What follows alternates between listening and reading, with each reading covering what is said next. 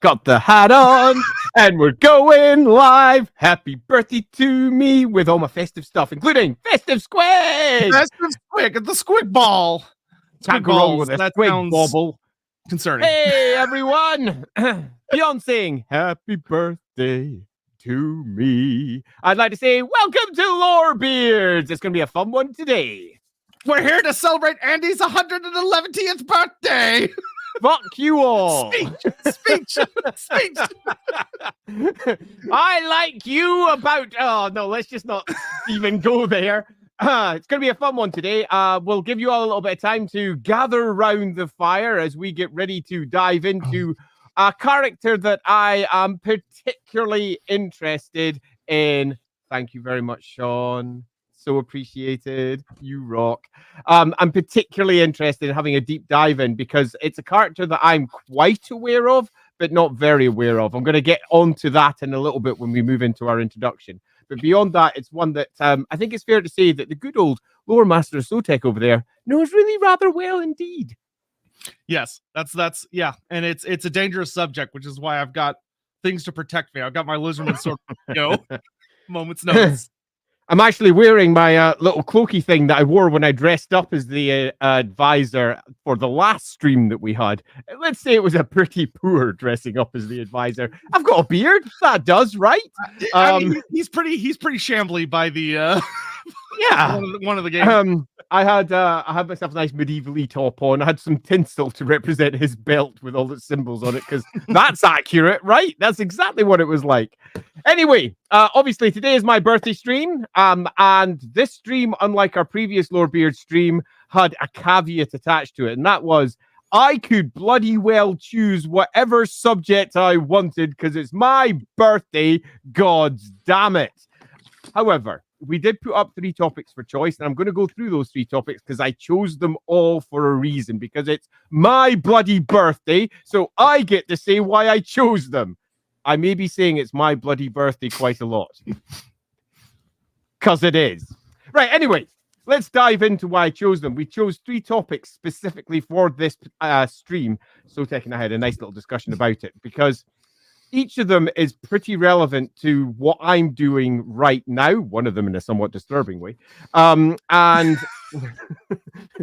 pretty disturbingly. Well, yeah, don't put it that way, did it? And I was keen to take a deep dive into them. So we'll go through them very quickly for those of you out there who may not know what those subjects are, so that you can possibly know that what we may be discussing as we move into the new year next year. So the first of the topics was Ubersreich. Now, if you don't know Ubersreich, it's one of the main city-stroke-towns of the Reichland in the Empire. You may know it from the Total War side as that place that you conquered lots. Because, you know, it's there by the mountains and you can conquer it lots. Yeah, easy to stomp.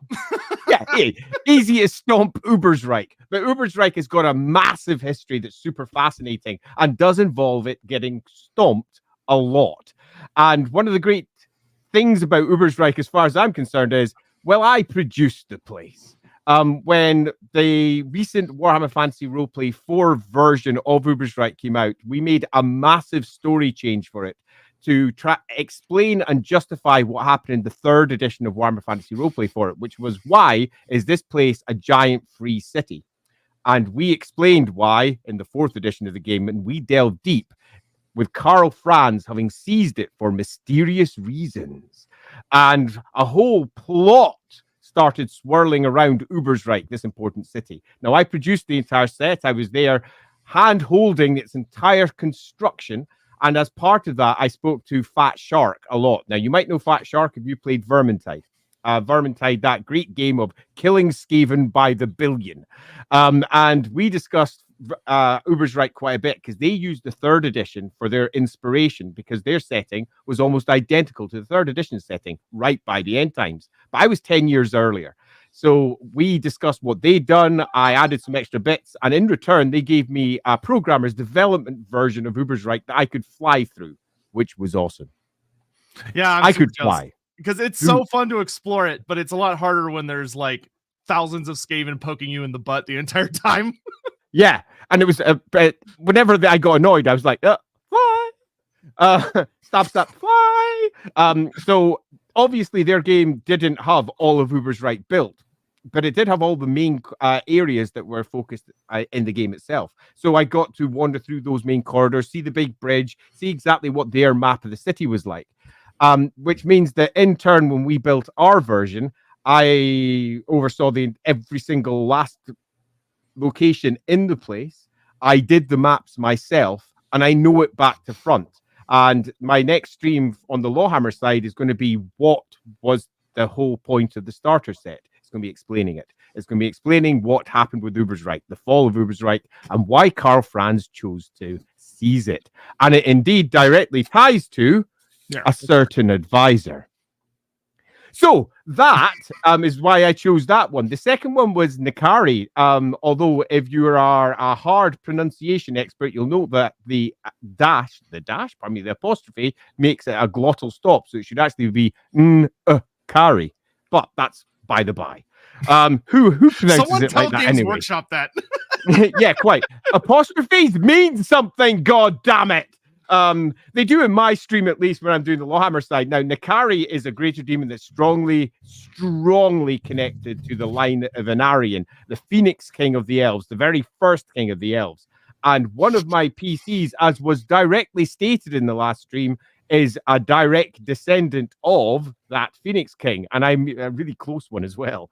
And there's some discussion to be had around that, and the greater demon involved with that was central to much of what is potentially going to occur along that side of the various plots in my game. Again, my birthday, I can choose plots that are relevant to the stuff I like, god damn it. But I will also add that Nikari, when it first came out in the fourth edition of Warhammer, so the first army list for the High Elves, and the story of Nikari is presented there and what it developed into is super fascinating. And I was really looking forward to potentially diving into that one, because I freaking love that demon. I've painted that demon, or at least made my own conversion out of the old metal model all the way back when I was tiny. Painted that demon several times and was really looking forward to giving that one a good chat. But instead, we landed elsewhere. The vote was cast. Almost 8,000 of you went, hey, this is what I want. And we landed instead on the advisor from Total War Warhammer. Now, you might immediately go, well, this is just going to be a Total War subject then, because this doesn't really apply to, say, fantasy roleplay. It doesn't apply to, say, the battle game, to which I'm going to say, absolute rot. Absolute nonsense. Yeah, that's nonsense talk. Absolute nonsense talk. Indeed, the advisor was not only in my last stream from last Friday, which will be, I imagine, released this Monday, as a core character. It starts with him and ends with him. He is a character who is deeply fascinating with a really interesting story. And because he's attached to a computer game, it's a story that doesn't have a fixed end, because the ends of all stories in computer games are down to whatever choices you make as you play, meaning that they can go in different directions. Hey, thank you so much. That's super appreciated. Rock, happy birthday to me. And I'm using that character in my fantasy roleplay game. So if you're out there wondering, can this character be used in Warhammer Fantasy Roleplay? Not only can the character be used, it is a perfect fit for a variety of reasons that we'll begin to go into. Mm-hmm. Now, that doesn't necessarily mean that the version that we're using in the LAWhammer side is the same, and the same that Total War makes some great liberties as it attempts to tie everything that ever was to Warhammer into their game. And I do mean, to say the least, great liberties there. Meaning that Total War in general shouldn't be seen as an example of Warhammer lore in a perfect crystal encapsulment. Instead, it should be seen as something that we can all look at and go, that's fucking awesome. Let's take the best of that and draw it into our stories. So that's what I've done with the advisor on my side. But I will say, though, that the advisor as a starting point, and I would argue in terms of the character as a whole, the initial reasons for him existing really do dictate his story, but the reasons for his existence lie outside of the Warhammer world, because obviously the game, the war game, had its own needs, and the needs of that game dictated that there was somebody who spoke to all factions. but we'll get onto that as I pass over to good old Sotek in a moment and say, you can carry on and explain all that nonsense. Before I do go on to that, though, I am going to say one thing, because it's my fucking birthday. I hope someone's keeping a counter for how many times Andy says that over the course of the stream. Because I am going to say it a freaking lot. So it's my fucking birthday, and many of you out there really enjoy our streams, and we really enjoy doing these. And many of you out there would really like to say thanks, but you might not be in the best place to say thanks. Now, not everybody can be like Hammond and drop in every 2 minutes and go, here's a pun, and drop super chats and all that sort of stuff. We fully understand that. But there are things you can do if you'd like to support us, particularly on my birthday. So if you're out there watching right now, there are just 2 things that I'm going to ask that you do. And I'm going to ask that you do it this time rather than going, go on. Number 1 is I have a Patreon. I'm not saying go and put money in it. I have a massive studio I'm attempting to build at this end. And we've just had a £45,000 bill in for putting that together. That's where I'm going to be streaming Lower Beards once it's built. The patrons for building the studio, we bought ourselves a massive PC, which is currently sitting down there. We're going to be streaming Total War with that and doing lots of fun things, but that's in our future. The patrons for that, but you don't need to give us money. You can subscribe to that for free. You can just pop in and you'll get notifications about all the cool stuff that we do. And that is super nice if you'd like to do so. It makes a huge difference on our side because the more people that are following us triggers algorithm bullshit that they worry about over in Patreon. The true dark gods of our universe. Yeah, the true dark gods. Now, obviously, if you fancy going and going, hey, Andy, I'd really like to help contribute towards your studio of doom, I'm not going to say no. Happy birthday, me. But I'm definitely going to offer that as you don't need to. Just click on the follow and you'll get all the stuff that we do sent to your inbox, and it helps me on the algorithm side. So even if you're not that interested, just subscribe anyway, so that I get the algorithm benefit. Happy birthday to me. The second one is you're watching on my channel right now. Now, whether you're watching this 10 years later or you're watching it today, it's currently on my channel here now. Or you're listening to the podcast, in which case go to his channel. Oh, yeah, good point. If you're watching the podcast, go do some homework and find my channel. Click subscribe. That's all I'm asking for. I'm not saying throw everything else at me. I'm not saying do anything. Just press subscribe, particularly over on the YouTube like and leave a comment. And Twitch. Liking and leaving comments are nice, please. But I'm only asking today, happy birthday, Andy. Subscribe. That's it. No, Andy's too nice. I brought my sword here, so if you don't do those things, I will rip into you with the shark teeth on this thing. I swear to God. Now, there is a benefit on your side as well, because when we hit our first 5K subscribers on YouTube, on the LAWhammer channel, good old Loremaster of Sotek will be doing himself a very good quick head taker video, which we have been discussing behind the scenes every once in a while. I'm super excited to see where that one's going to land. Also, just in case everybody who does watch this video decides to press subscribe, which is a possibility, if you all do, if we hit 10K, I will tear into fucking Gelt. We'll have an actual Gelt stream. There's a lot of really interesting things I will bring up amidst Andy's rantings, but it would be a very awesome episode. He's a fascinating character. He is. I mean, I've also like that creme. Shut up, Andy. I have deeply come to the decision Games Workshop greatly wasted what Gelt could have been, which leads to some really interesting discussions. But anyway, we have a lot of super chats to catch up on. Yes, we do. Let's start off with Holy Artist 95. It's your birthday. You read. Okay, I'll read. Happy birthday, Mr. Law. But isn't it? I'm not going to sing the whole thing. Isn't it the case that the Total War series is a sandbox game and not lore accurate? For instance, some of the characters we can play are dead before the end times and alike, right? Right. Well, yes. But you'll find that there are answers for this in Total War. There is a reason why various characters are doing the deed, so to speak. And if you want to tie those into your games, you can do so. The great canon of lore that is Games Workshop's lore is really lots of separate streams. And sometimes those streams connect. Don't cross the stream, says Ghostbusters, but they do. Meaning that The only true lore is what the studio produces for the current edition of the game. Everything that comes before is basically fodder for them to create whatever they're working on today. But the same is the case for every game that's out there, including the licensees. They look at the current edition of the game, which in our case at the moment is the 8th edition of Warhammer. For all we've got the old world coming, the 8th edition of Warhammer and the End Times, that is canon as far as Games Workshop is concerned. Anything before that isn't. All the roleplay games, all the books, kinda aren't. They're all there to be suggestions and ideas for stuff that they can pull together. And the same is the case for Total War. When Total War sits down, they take the 8th edition of the game, they look at it and go, well, that's great. Now, what's all the other stuff? And can I pull that in and use it? So you're right. While simultaneously, I would say, if you're sitting there going, what is the lore of Warhammer? It is all of those things, but they do tend to sit in their own tram lines. Yeah, I would say the yes but no answer of like any of the characters that are dead. It's not that hard within lore justifications to bring them back to life. A lot of them, it's not hard at all. It happens. Now, if you're like, oh, I don't like that version, okay, that's your version. Like, that's how it works. Canon is very wibbly wobbly. Oh, Inquisitor, thanks for sending birthday greetings from Thyris Gorman. Super appreciated. Let's move on. My empire. Not my empire. So I'm currently playing in the year 2512 when Thyris Gorman is the Supreme Patriarch, as is right and proper. He should never have been beaten by that horrible gold. To be fair, Gel did cheat. Thing. Like, canonically, Gel did cheat. Damn straight. The Laughing God.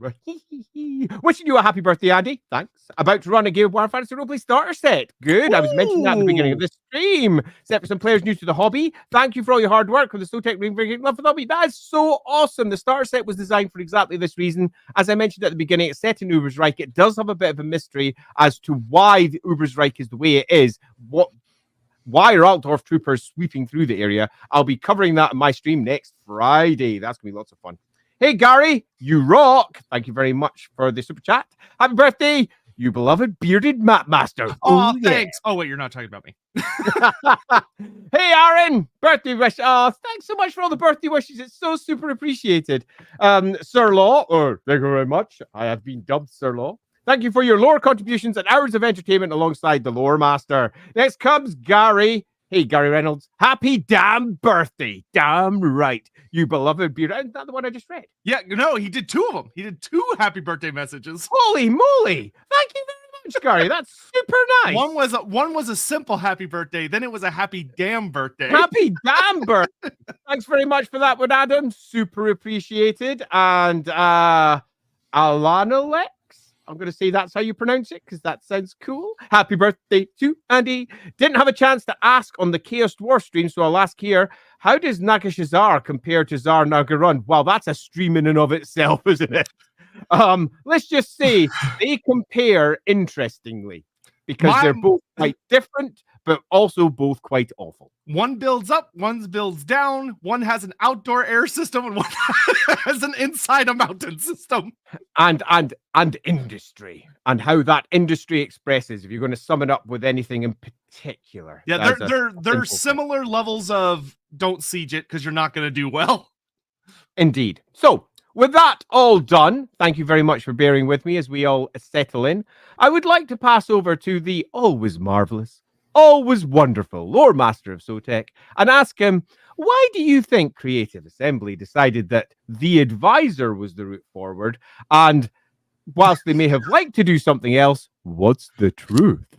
Okay, so I'm going to get the boring part out of the way first, which is that it's a video game. And in a video game, you need tutorials. You need a system that explains how to play the game. And in some games, they'll just do like a dry, like it pauses the game and it... I'm starting to drink because it's my birthday. I thought you said I was wonderful. Why do you have to drink to get through my explanation, Andy? I'm insulted. But so with the Total War devs, they wanted to create a more interesting system. They didn't just want like a boring, dry tutorial. Just like with prior Total War games, they wanted an in-universe voice-acted character who talks to you. Now, in prior games, it's usually just kind of like a nameless individual who is from whatever culture you're playing, whether it's Shogun or Rome or whatever. But in this case, they decided to do something a little different, which is that they introduced a genuine character named the Advisor. And the Advisor, from our universe perspective, very basically is a guy whose job is to say, hey, did you know that you should put your combat units in front of your ranged units? And hey, did you know you could build buildings in your city slots? And hey, public order is a thing. You don't want rebellions, do you? And that's his job. But he often does it from a in-character perspective. Which kind of vaguely implies that he can break the fourth wall because he's often talking to the character, not necessarily the warlord. In later games, they edit him where he speaks to the warlord, not the player. But we'll get into why that's actually still kind of interesting if you want to get really meta. I have advice for you, my lord, as he is often dropping in. So, yes, that is the Advisor, to put things very simply. Our everyone's favorite guy who not only tells you advice, but also in Warhammer 2 incessantly yells, "Ogres, my lord!" whenever ogres show up, to the point where it became really fucking annoying. But, because he always wants you to know there's ogres. Ogres, my lord. I missed the earlier comment as well. I'll get you in just a second, Cody. Hey, Jonathan. So the Advisor was Andy all along. Absolutely. Yeah. It was Andy. Yeah, Andy all did the along. 100%. You can tell. I got my beard to wave just like his. It was great. Cody pops in. Aside from sieges, when have logistics affected the outcome of a battle campaign? That's an enormous question, which I think is ever so slightly beyond the Advisor scope. But I will say that in Warhammer, you tend to find that they focus on fights, and they always have done, to the point that if you're writing a novel, for example, there will be often an editorial comment coming your way saying, yeah, but where's the fighting? So you tend to find that they are more concentrated on the battle than the logistics, although when you go into background books and similar, they often pull up facts that may be useful. However, on the Total War side, the logistics are part and parcel of the campaign itself.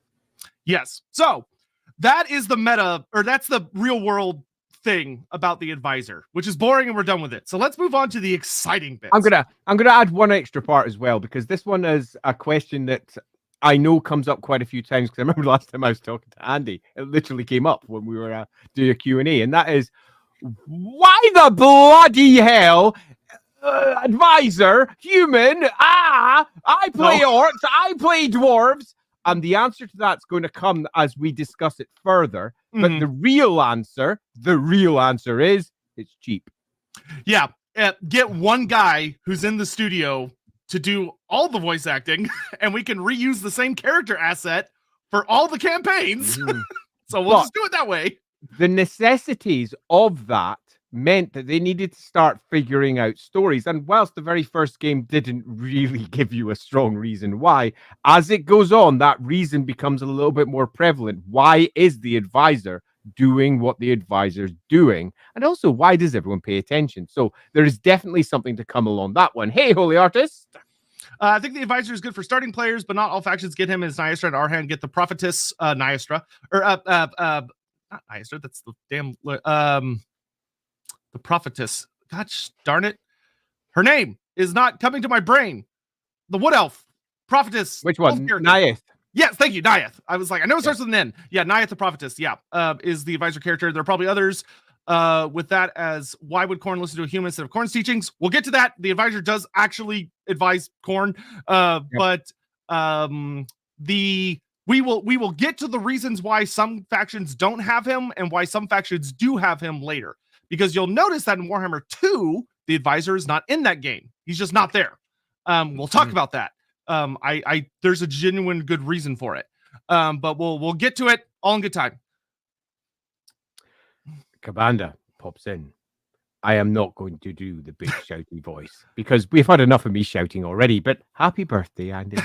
Says Cabanda, I can't really relate to the whole being born thing, but I suppose it's something you mortals things, worthy of celebration. I think is the word I should have said there instead of thing. And yes, indeed, we mortals he typed thing. Yeah, he did type thing. We mortals thing do indeed think it is worthy of celebration. And if you wish to join us in our celebrations, please do remember to press subscribe. Yeah, make sure you get Andy a nice goal. nice skull for his birthday. Yeah, his throne on. we do need them. Hey, CB4N, off topic, but are you also excited for the new Bretonnia Old World novel that seems to have leaked? Yeah, Graham McNeil's one. Graham McNeil is a great friend of us over on the Rookery side. And I love Graham McNeil, so I could hardly be more excited because whenever he does work, it freaking rocks. This is the first time I've heard about that, and I'm super fucking excited. Did you not know there's a whole Bretonian novel? I'm super excited now.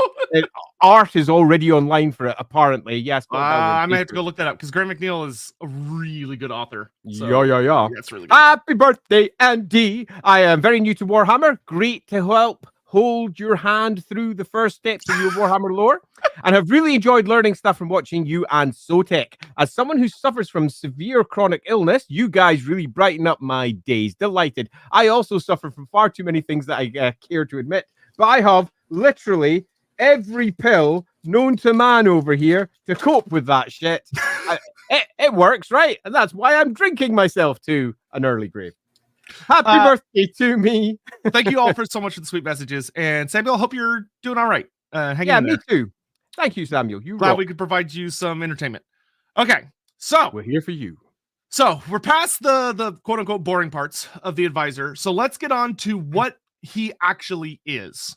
Before we do that, I would like to tackle an actual question that I have.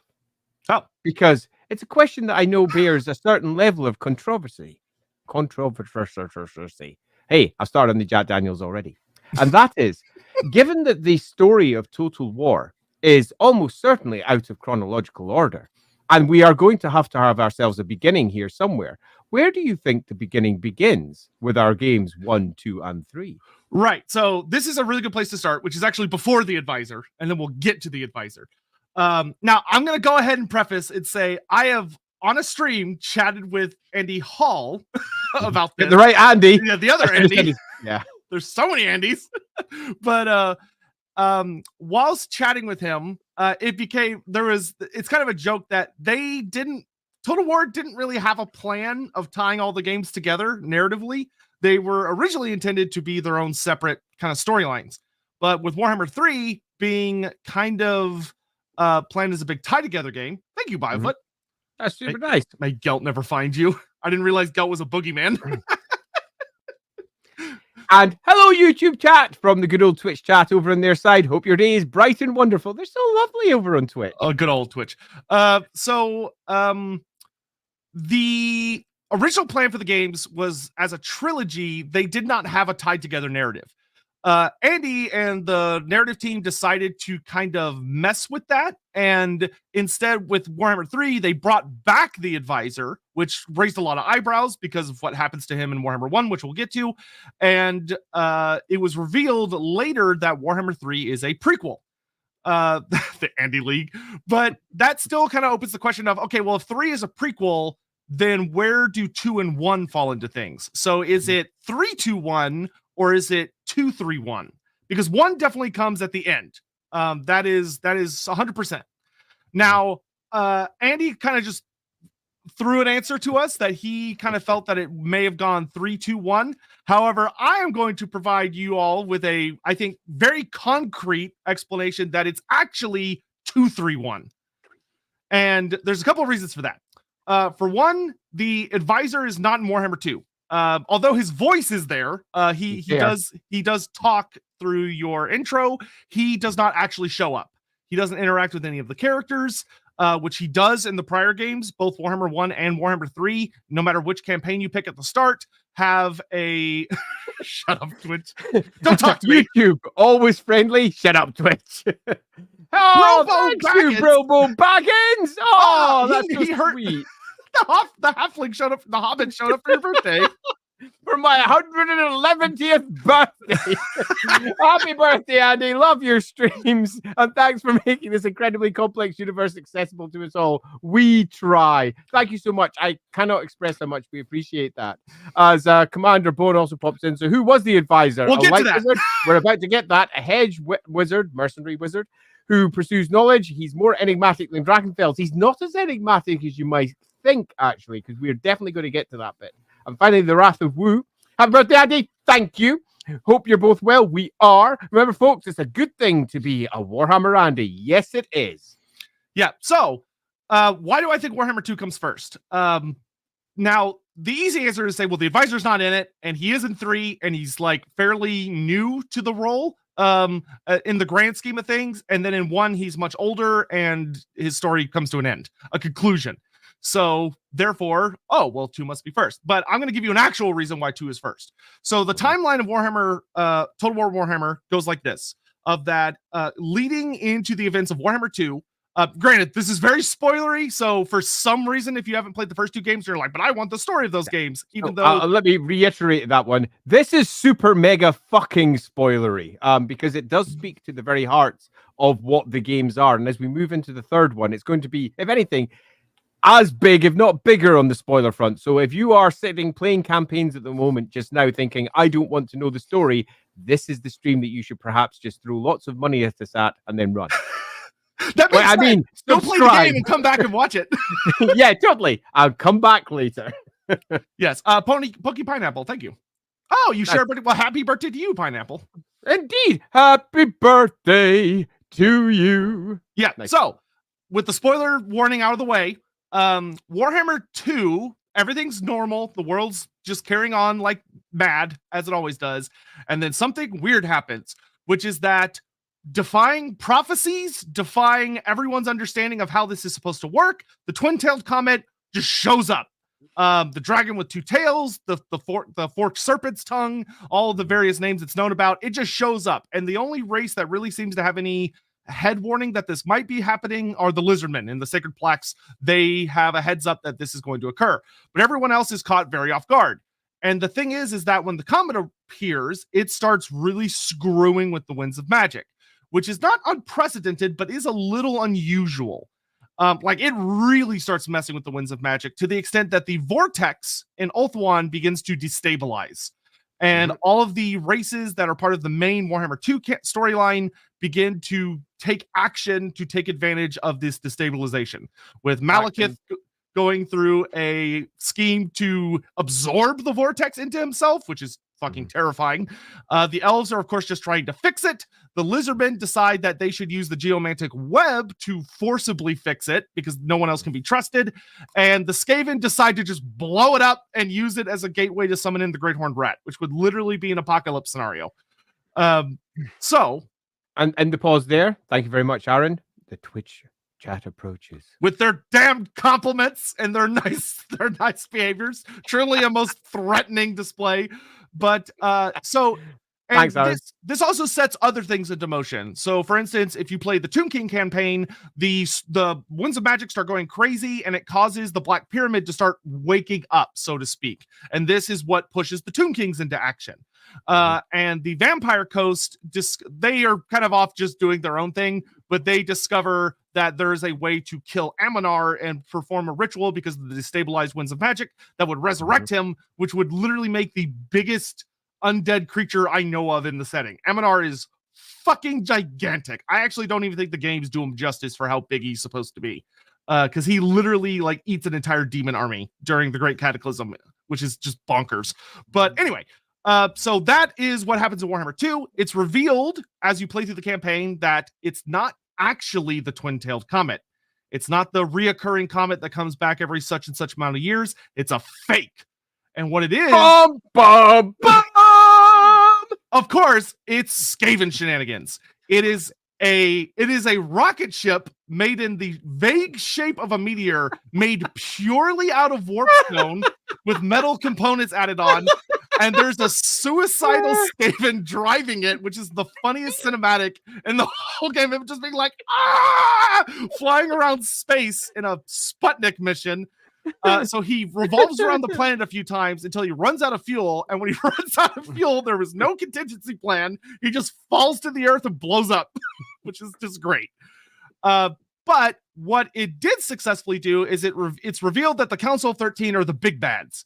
That they manipulated everybody, including the other Skaven clans, into action by destabilizing the vortex so that they could perform the big ritual to summon the Great Horned Rat. Because that's kind of like the big thing everyone's trying to avoid is either the Great Horned Rat coming into existence, unless you're playing at the Skaven, in which case your goal is to murder the Greyseer clan and take credit for summoning the Great Horned Rat into existence. So he'll be happy with you. But there is a canonical ending to the game, which is that the High Elves win. The High Elves successfully defeat Malekith, preventing him from absorbing the Vortex, and the Lizardmen show up and help defeat the Skaven, and then they retreat. So the High Elves manage to get the Vortex back under control, and things stabilize. However, the reason that I say with confidence that Warhammer 2 is first is because of the epilogues. Every single one of the campaigns has an epilogue, and all of the campaigns, with a very, very rare exception, have one bad guy in the epilogue, which is Nakari. Nakari shows up in the Lizardman epilogue, where the Slon Lord of Tloxlon, I believe, wakes up, who is the Slon Lord of the Skink character and the You Cannot Do That, which is my favorite Skink character. Him and the Crocscore guy that you follow through the Lizardman storyline, their personal Slon is asleep the entire campaign, which is why they go see Lord Mazdamundi. That Slon wakes up and he goes, "Oh fuck, Nakari's coming. Like, Nakari is breaking out. We need to do something." And if you play the Tomb King campaign, at the end of the campaign, if you're playing as Archon the Black, Archon goes into the Black Period of Nagash, and he summons a big ritual to resurrect Nagash. But as he's doing it, the ritual gets co-opted, and Nakari shows up and talks to Archon and says, "Your master isn't here. Nagash is not here. He's elsewhere." And Archon the Black goes, "What the hell are you doing here?" And Nakari kind of laughs at him and points out some other shenanigans before fading away. And then if you play the Vampire Coast campaign, most of those end following whispers of Nagash returning, or Drakenfels shows up in Celostia Deerfans. Drakenfels is calling Celostia Deerfan to him. And then beyond that, the Dark Elves are just doing Dark Elf shenanigans. And the High Elves find out that Tyrion's acolyte, or Tyrion's servant in that game, is actually a Dark Elf ploy. But any event, amidst all of these shenanigans, Nakari is kind of lurking in the background. Then in Warhammer 3, we find out that all of the demon lords, so Kugoth, Nakari, Skarbrand, and Kairos Fateweaver, are outside of the realms of chaos because the demons are invading everywhere because the Vortex was destabilized. Without the Vortex working the way it's supposed to, magic around the world would go crazy and would allow demons to manifest very easily. And this is important because the whole point of Warhammer 3 is that when Urson roars, he cuts off all of the demons from the realm of chaos. They can't get back in, which is really fucking crazy of a circumstance. But for all of them to be out at the exact same time would suggest that they were able to get out very, very easily because demons are all over the place. Let me answer this one for you, still loading. It's my birthday, and I'll party if I want to. In the UK, you get yourself crackers. I don't know if you're from the UK, but if you're not, I will explain very briefly. Christmas crackers are a common thing at this time of the year, which is a small cardboard tube, all decorated up, looking pretty, that you pull, and it has a small, let's just call it a firework with inside. It has a small snap. Bang! As you pull it apart. And inside that, you get a party hat and some sort of treat. It's my birthday, so I'm wearing a party hat. That is what I'm wearing. Yeah, don't worry. I'll also just say, given everything that Sotek has just said over there, you'll begin to realize why Nakari was one of the characters that I chose. You'll find that you can tie all of these events if you want to use Total War and all of the stories that Total War uses into your Warhammer games if you wish to do so. For example, the twin-tailed comet that flashed through the sky and was very much the herald of the birth of Valten. That can be easily tied through to the plots that are put forward in the second game. And that also, to some degree, outs Valten as potentially not Sigmar Reborn, which is super fun. Yeah. There's lots of fun ways that you can tie in all of these existing plot lines that have been added by Total War over its last however many years and use them to reinforce the setting from Warhammer 8 and go, well, this adds some new implications, which are super fun. And throughout all of this, we do know that it's relatively long ago, at least this part of it, because of what comes next in Warhammer 3. Yes. Also, the Andy is wearing a crown. It is not a head bandage. He did not he did not suffer a traumatic head injury. It's a cracker crown. Please. I realized to my fellow Americans, it looks like a bandage. No, it's a purple crown. It's a really, really tight one. It's a small one, but it's the only cracker I had in the house. But I'll be damned if I'm not wearing a cracker hat. And Hammond, thank you. I'm not surprised at all that you used to be called Dodgy Johnson. Dodgy Johnson. I mean, were you called Dodgy Johnson? Because if so, Dodgy Johan looks all the better. Anyway, carrying on. Yeah, Warhammer 3. This takes us to actually we're not there yet. There's something we have to do, which is actually the Warhammer 1 intro cinematic. Oh, which yeah, good point. Was not originally part of this timeline, but now it is. So what am I talking about? Well, way back, like I think it's like 8 years ago now, the Total War Warhammer games got announced with an intro movie that was CGI, and it was very, very nice and very professionally well made. And it features a strange old man who nobody knows, who is a light wizard. He's wearing all of the clothes of the Light College. He's got the classic staff with like the serpent iconography. He's a full-on light wizard. And he's in a really giant library with a bunch of big books. And as he's in there, there is clearly a siege going on outside. Things are crumbling, and he is desperate. He is super desperate. Something bad is happening. Now, in the cinematic, because of the scope of the game, it only focuses on like vampires, greenskins, and dwarfs, and yada, yada, yada. But I would say when you're taking everything together as a whole, what you have here is a wizard in a mysterious sanctum that is under attack amidst now what we know is the vortex has been destabilized. Demons are manifesting everywhere, which means all of the various forces of chaos and destruction are going to be on the rise. They're going to react to there being more magic in the world. They're going to be more aggressive. So he's in a very desperate scenario. And in the trailer, he literally talks about that he's looking for an answer. He's looking for a way to halt the advance of the various forces against the Empire. And so, like, he's pious to Sigmar, he's pious to all these forces, and he grabs a book, he throws it down on this table, and he starts going through this book. And this book has a ton of crazy info. And it seems to almost be showing him things that are yet to be, and things that have happened elsewhere right now, and things that have happened in the past. It's a very interesting book. And as he's reading it, something happens, which is that if you pay very close attention to the trailer, you'll see there are like things that are begin creeping across the pages as he keeps reading and reading and reading. And then it reaches a culmination point where all of a sudden all this weird, nasty body horror shit comes lurching out of the book onto him and starts... After he touches it with his hand and it all comes crawling out. Yeah, so it surges through his body. It causes him to mutate very dramatically, where if you actually watch carefully, you can see fingernails start growing out of his hand in weird places. He gets like all these bulging veins and all sorts of crazy shit, and it crawls all the way up to his body until it gets to his eyes, and then he closes his eyes, and when he opens them, his eyes have completely changed, and he has changed dramatically. He has. His voice is much more sinister and dark. And he says, I understand now. I see it. I see the beast that will devour the world. And he turns around, he slams his staff down, casting a spell that does not look like light magic at all. And it causes a big purple storm. And then when we see him again, he's standing there, and above him is something in the fog. And it's a greater demon of Tzeentch, a lord of change, who roars dramatically. And that's the end of the trailer. Good times. So that sounds fun, doesn't it? Yes, that is the start of the advisor's story. He literally, it's very literal. He was a light wizard who opened a book that we now know is a very particular book called the Tome of Fates.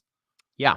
And this is a scene that gets referenced in later writing as well, because when he comes back at a later date to the Imperial Court, he claims that he was a wizard of the Light Order. This isn't something that is discarded. This is in one of the novels. I forget which one. I read it so long ago. It's during the release of the first game, and it's quite clearly clarified. This is the advisor. He was a light wizard. This isn't mysterious at all. It's a known fact. There is a great deal of a lack of awareness as to who the advisor is, but all of the hints, the breadcrumbs are there if you wish to go follow them, pick them up, and have yourself a good, bready, tasty treat. And as I drop down with a quick one from Matthew there. Hey, Matthew. Has Andy seen the Nurgle Slanesh reveal trailer? Funny you should say that. We'll get to that. Guardian advisors are in it, because that's definitely coming up. And have I seen it? Oh, God, yes, I have. Because awesome! Yes. So that gives us the initial creation of the advisor, who does not have dealing with the touchy and the no place staff. Oh no. But let me just say, let me just answer this one directly, because there's one other one there. Yes. Let me just say that one more time. Just in case you're listening to it, are we sure he's not Egrim von Horseman? Oh, Horseman. Horseman? I missed the spelling. Oh, that's not to laugh. You still loading, because that's probably an autocorrect error, but it is hilarious. Egrim the Horseman. Yeah. But yes, he definitely isn't Egrim von Horseman. Yeah. Yes, Horseman has a different narrative focus, and also Horseman has a big fuck off dragon and is also significantly more powerful, to be fair. Interesting you should say that, Abyss Walker. We will be getting onto that. Yes, we will get to the demon. Definitely getting onto that. The answer is yes. Yes, it is. It absolutely is. But we'll get onto that in a moment. Yeah. So, what is the Tome of Fates? I think this is a good point to dive into what this book is. I think it's a damn fine point to do it. Yeah, and it will explain why he took the risk of opening it in the first place, which is that the Tome of Fates, which was concealed in this place that was likely a sanctum of the Light College, because the Light College is responsible for locking away artifacts that cannot be destroyed, or maybe they should destroy them, but they don't, because maybe they'll be useful later. Yeah, let's drop in a couple of loose facts here that has been brought up in multiple publications under slightly different names. The Light College and Altdorf as a whole has got a chamber, the Chamber Unbreachable, which somewhat amusingly in, say, for example, Dark Omen gets breached again and again and again. And indeed in the roleplay game as well, the Chamber Unbreachable gets breached by Beastmen as they steal some stuff out of there. But it's where they hold all of the artifacts that cannot be held by, say, the Cult of Sigmar or anything else, and all the artifacts that can't be destroyed. And normally these are artifacts that are directly related to one of the greater demons that are out there. And by controlling it and hoarding it, they stop it influencing the greater world. And there's no order like the Light Order for holding these things in place. They have the correct magic and the correct rituals for hopefully containing them. That being said, that also means that the Light College is a repository of all the fucking awful stuff. And if anyone should get in there or accidentally get, let's say, corrupted by something that's in there, you might get yourself a Van Horstman on your hands. That, however, is for another stream. In this case, we've probably got a similar situation where we've got ourselves perhaps in the Arcane Library. There's a very famous library that the Light College has, which isn't held there, it's held over in Karaberg, or perhaps in the Chamber Unbreachable. But whatever the case is, Light Magisters are responsible for looking after these, and they should know bloody better than to look at them. But it doesn't mean that when the whispers start whispering, they don't listen. I'm joining the Patreon to request Bojack von Horseman gets into the LAWhammer campaign. Hey, it's an expensive tier, but I would love to see that, because I would love to see how Andy would have to deal with what that character, what he would be. I think I could make that work. Bojack von Horseman. It's a family name. Hey, Viper. So they definitely have Slaanesh and Die collection. Yeah, that's definitely down there somewhere. Down there somewhere. And the Light Wizards, they're the ones to deal with it. Indeed, Light Wizards are often celibate, not necessarily for that reason, but perhaps for that reason. Anyway, I can't do it anymore. The demon has arisen. The book has done its thing, and it is fair to say that at this point, even though this is the very beginning of the character, and you could argue that later on the character goes in slightly different directions, regardless of that, we've got ourselves now someone who is deeply tainted, corrupted, and at this point, relatively mutated, which will change later. And it leads to a host of speculations as to why it has changed later. And there is a really obvious and clean answer for that, because he is going to be influencing pretty much, potentially, every faction in the Warhammer world, which means that there's got to be a reason that they listen. Yes. So, about the Book of Fates itself, as far as what it is, the Book of Fates canonically is revealed to be a book that cannot be opened unless it itself chooses to open. So it's a book that reacts to things going on in the world. And when it does open, it reveals the past, the present, and potential futures. And it tells the reader how to achieve these certain futures. So it'll tell them, you need to go to this place, you need to influence these people to do this, and if you successfully do all these things, then this particular future will come about. And it is a incredibly powerful thing to have, because it can allow you to genuinely change fate. Because if you're aware of everything that happens in the past, and you know a lot of things that are going on in the present where you're not at, that gives you so much information. And information is power. It doesn't matter what timeline you're in or what kind of setting you're playing with. Information is one of the most powerful things in existence. Mm-hmm. So to have that power is incredible. But the Book of Fates comes with a kneecap to the person reading it, which is that the Book of Fates cannot be used by the reader. It can only be used in the story explicitly, which is a good way and a very Zinchian way to prevent whoever acquires it from just getting ultimate power, is that they have to try to use it to help someone else in order to further their own ends. And it also makes the advisor an advisor. Yes. And I know that that's a super obvious thing to say, but you'll find that the Book of Fates is there because of the requirements that Creative Assembly had for their advisor character. And building the story around the realities of having just one asset that they could use for their advisors in general. It starts off an entire story, kickstarts a story that is going to develop all the way through the rest of the games and really speak to who this character is and exactly what is that character's not only influences on others, but the influences upon that character as well. Just want to say thank you very much there, Darthu's manservant. You rock. We love you. I have never actually thought about your name before until just now. I love the idea that Darthu, the big angry tree man that hates all blooded life, having a human manservant that's just there attending him with like a little, like he just has a little butler somewhere in the forest. I don't know why. I just thought that was really funny. Polishes his giant sword. There we go. So on to back to the advisor. So this Warhammer 1 intro does also imply one other thing, which is the advisor has his first encounter with a demon, a very particular demon. Now, Warhammer 1 and Warhammer 3 were not originally playing with one another. So what exactly happens here is a little strange, because we get this light wizard who gets very heavily mutated, is seemingly serving a demon, or at least chatting with a demon. And then all of a sudden in Warhammer 3, he goes to being by himself, and he's much younger and normal looking.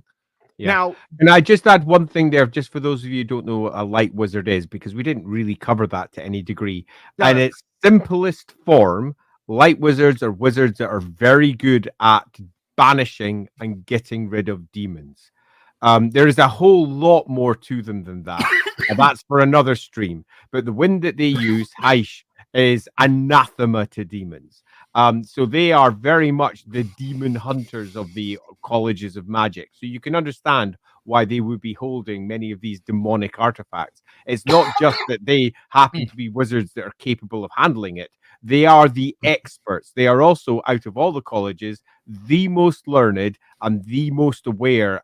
They teach philosophy as just a core part of their curriculum. Understanding the world is everything that a light magister is about. So you get an idea of the character of him as well. He will be super intelligent. He will be super clever as well, which is not necessarily the same as intelligent, and likely very wise. He will understand demons in a way that most wizards simply won't. And on top of that as well, he'll also understand how to get rid of them. He'll understand philosophy, and that for his position is particularly important because he'll also understand the basic philosophies of how to deal with society, how to help society, build society, how to, and as controversial as this may be, how to advise. Yeah. Kurin, thank you for the happy birthday message, Randy. Appreciate that. Yeah, that was super awesome. Thank you very much, Kura. Yeah. So, what happens at this point? So this is a tinfoil hat theory because the games don't address it, because there wasn't originally a plan to go from the 1 intro trailer to 3, then back to 1.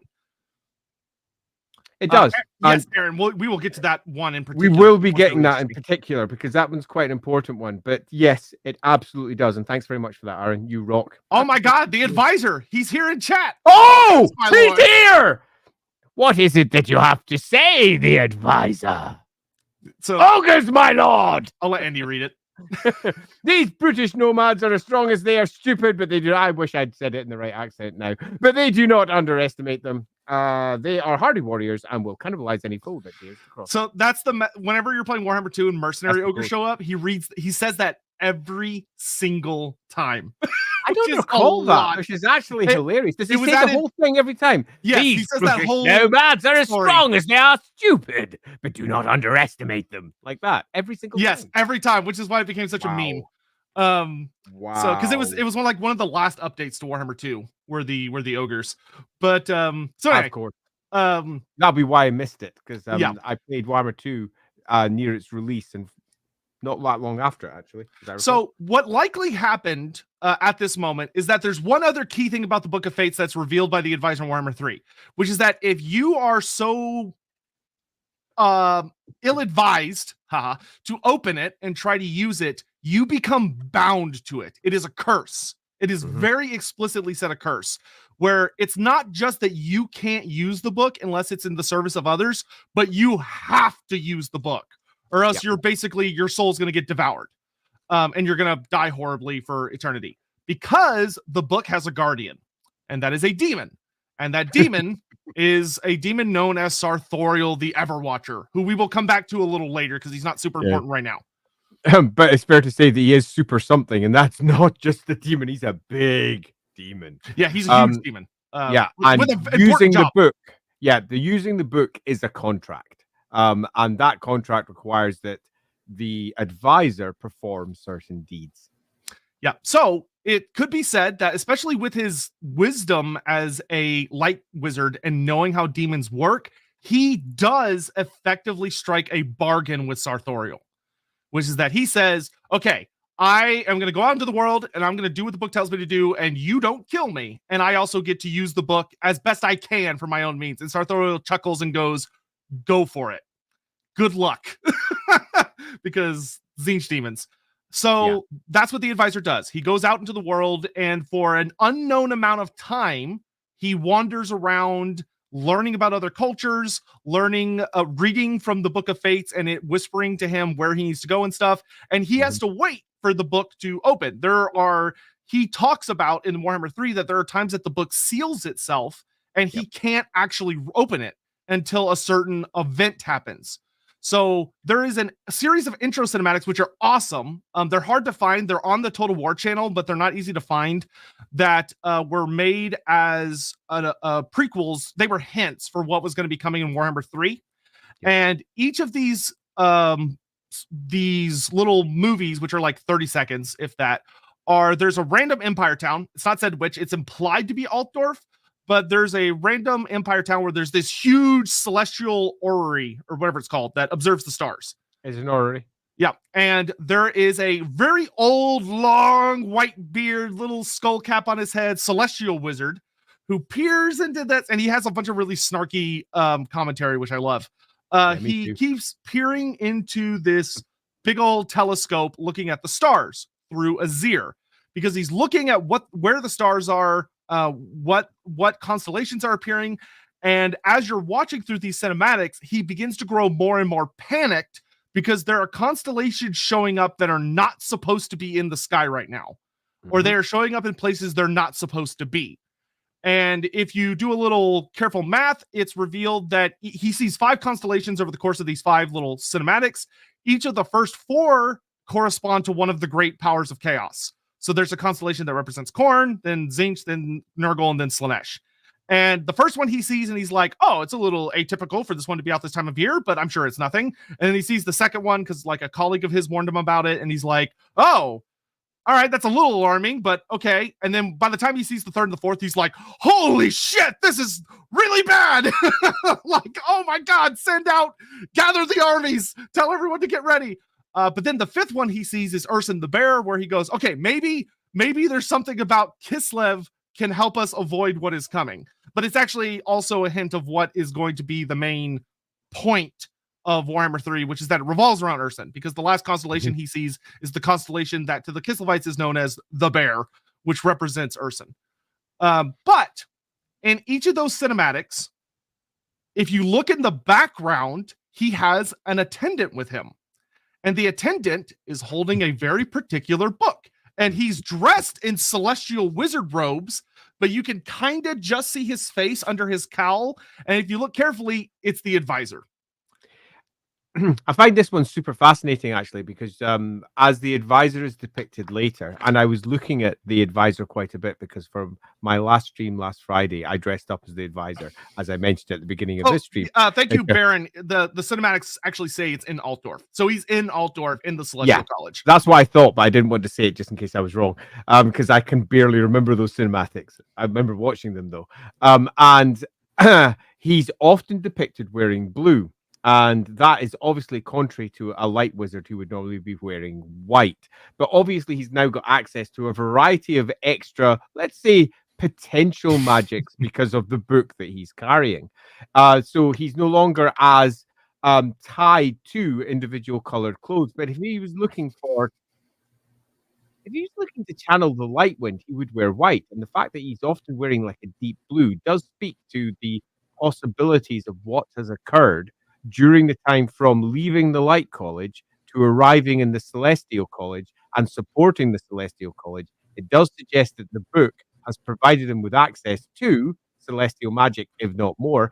And that is no great surprise, because if we are dealing with the Book of Fates, the book of all the threads and the potential for the future, and also the past, the magic you would expect to be most prevalent in there would be amethyst magic for the past, and for the future, celestial magic. So it's not a surprise. It works very well. I'd also like to just add a quick thanks there to Viper. Why can't there ever be a special book that sucks other things than souls? I don't know what you want from your book.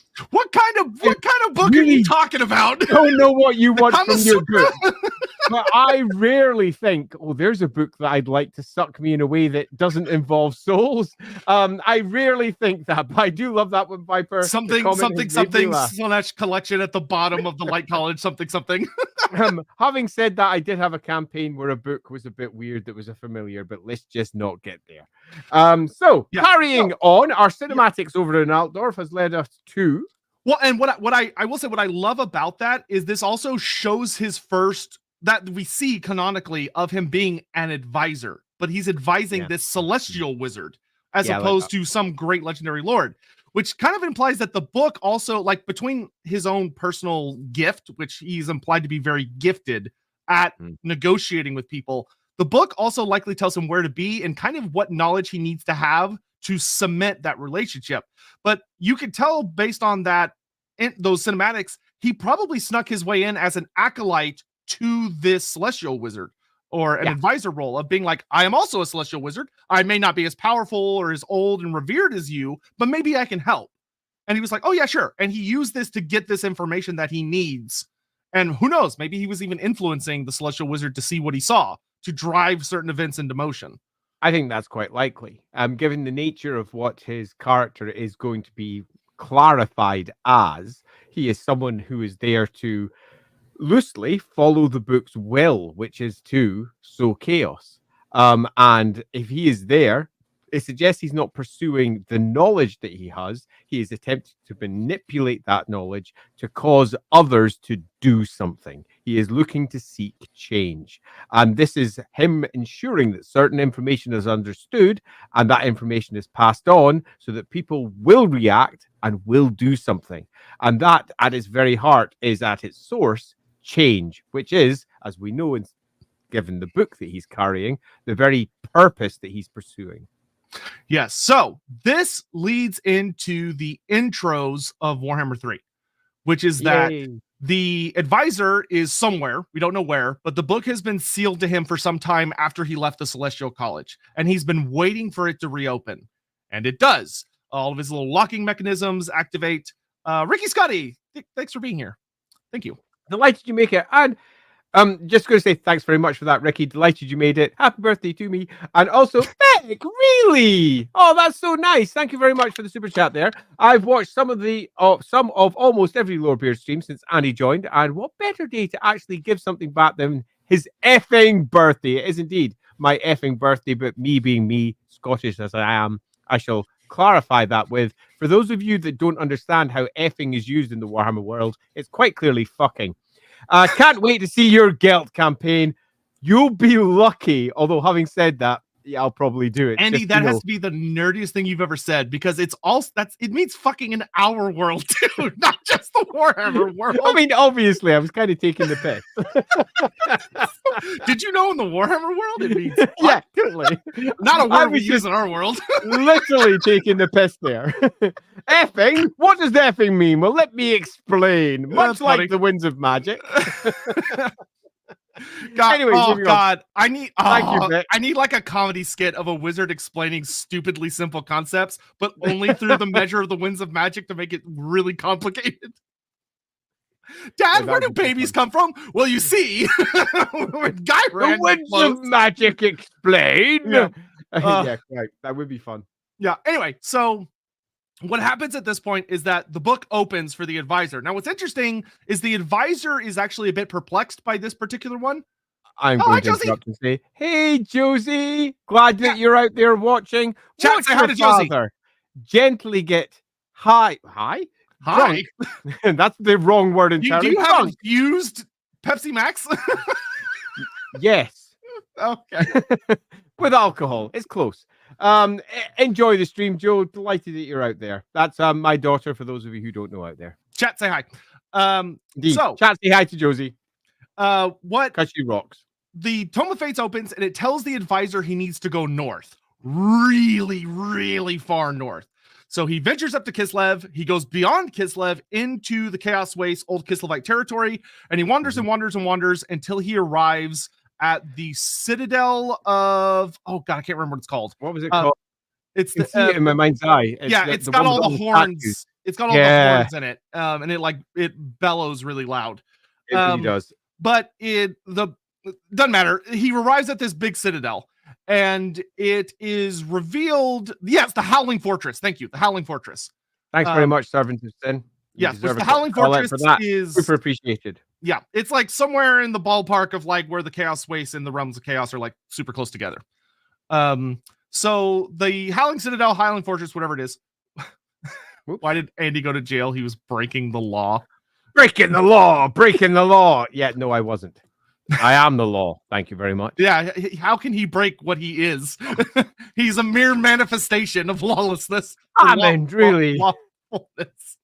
Hey, Estienne. Happy birthday, Andy. Thank you very much. Sotek in 2017 first brought me a love of Warhammer lore. I'm delighted to hear that. He is marvelous that way, is he not? Yesterday, I ran 7 Peeps' first adventure in Ubersreich. Oh, thanks for this world. Whenever I hear that, it just fills my heart with a certain happiness, because the starter set that we built for Warhammer Fantasy Roleplay was designed for people who had not necessarily ever played Warhammer before. And the setting was chosen because of Vermintide, and so many people had been playing Vermintide, and they understood what Ubersreich was. It's a great starter set. Like, to hear that someone's doing that, it's great. But I will say, for those of you out there who are thinking, I like Warhammer lore, is there anything in that? It has an entire book, which is basically just lore for the setting and all the surrounding areas. So if you like your lore, the starter set does make a very good beginning. For all, I don't get any money for it at all. I do recommend it. Which is criminal. But it's saying, hi, Josie. Not only is the lore great, but you get lore on the Bog King. Thanks. You want to know who the Bog King is. Oh, the Bog King. Oh, we don't have time for it today. When another Andy and I, that's Andy Leask, who was on a previous Lorebeards episode, go watch it with Andy Leask. When Andy Leask and I sat down and figured out the Bog King, it was a good day. That is all I'm saying. It'll make you afraid of toilets in Ubersreich. It's great. We did intend to build the Bog Emperor into Altdorf, but sadly I had moved on from the job by that time. So anyway, at the Howling Fortress, the advisor, or Dodgy Johan, as he's sometimes referred to, that's not his actual name, but he's referred to that. Just got a quick call out to Ed there. Ed plays Ed. Heart in my stream. It's Ed. Hey Ed, how you doing out there? Hope it's all going well. Hey, there might be spoilers in here. You get out of here. Spoilers of a type. We all know that my game takes liberties. That's true. So in any event, at the Howling Citadel or the Howling Fortress, the advisor comes across a big old battle that's over. There's just tons of dead people. And he's looking around going, what the hell happened here? And why am I here? And the Tome of Fates opens. And this is really interesting. He demonstrates the ability to use amethyst magic because he talks to the spirits of the dead, which makes sense. Like, I mean, he's influenced by Tzeentch. The idea that he could, the Tome of Fates has access to past and future type magic with Azir and amethyst makes a ton of sense. You might be able to argue that and we'll actually explore later, he demonstrates more different kinds of winds of magic in other campaigns. So Tzeentchian stuff, not that crazy that he would be able to at least moderately control winds of all 8, as opposed to just any several few. But here he uses some amethyst magic and he talks to the spirits of the dead with the help of the book. And he asks them, what the hell happened here? And they tell him that there was a great awful battle and that somebody, a character who you will know if you play the narrative tutorial campaign for Warhammer 3, found a way into the realm of chaos and was manipulated by Belakor.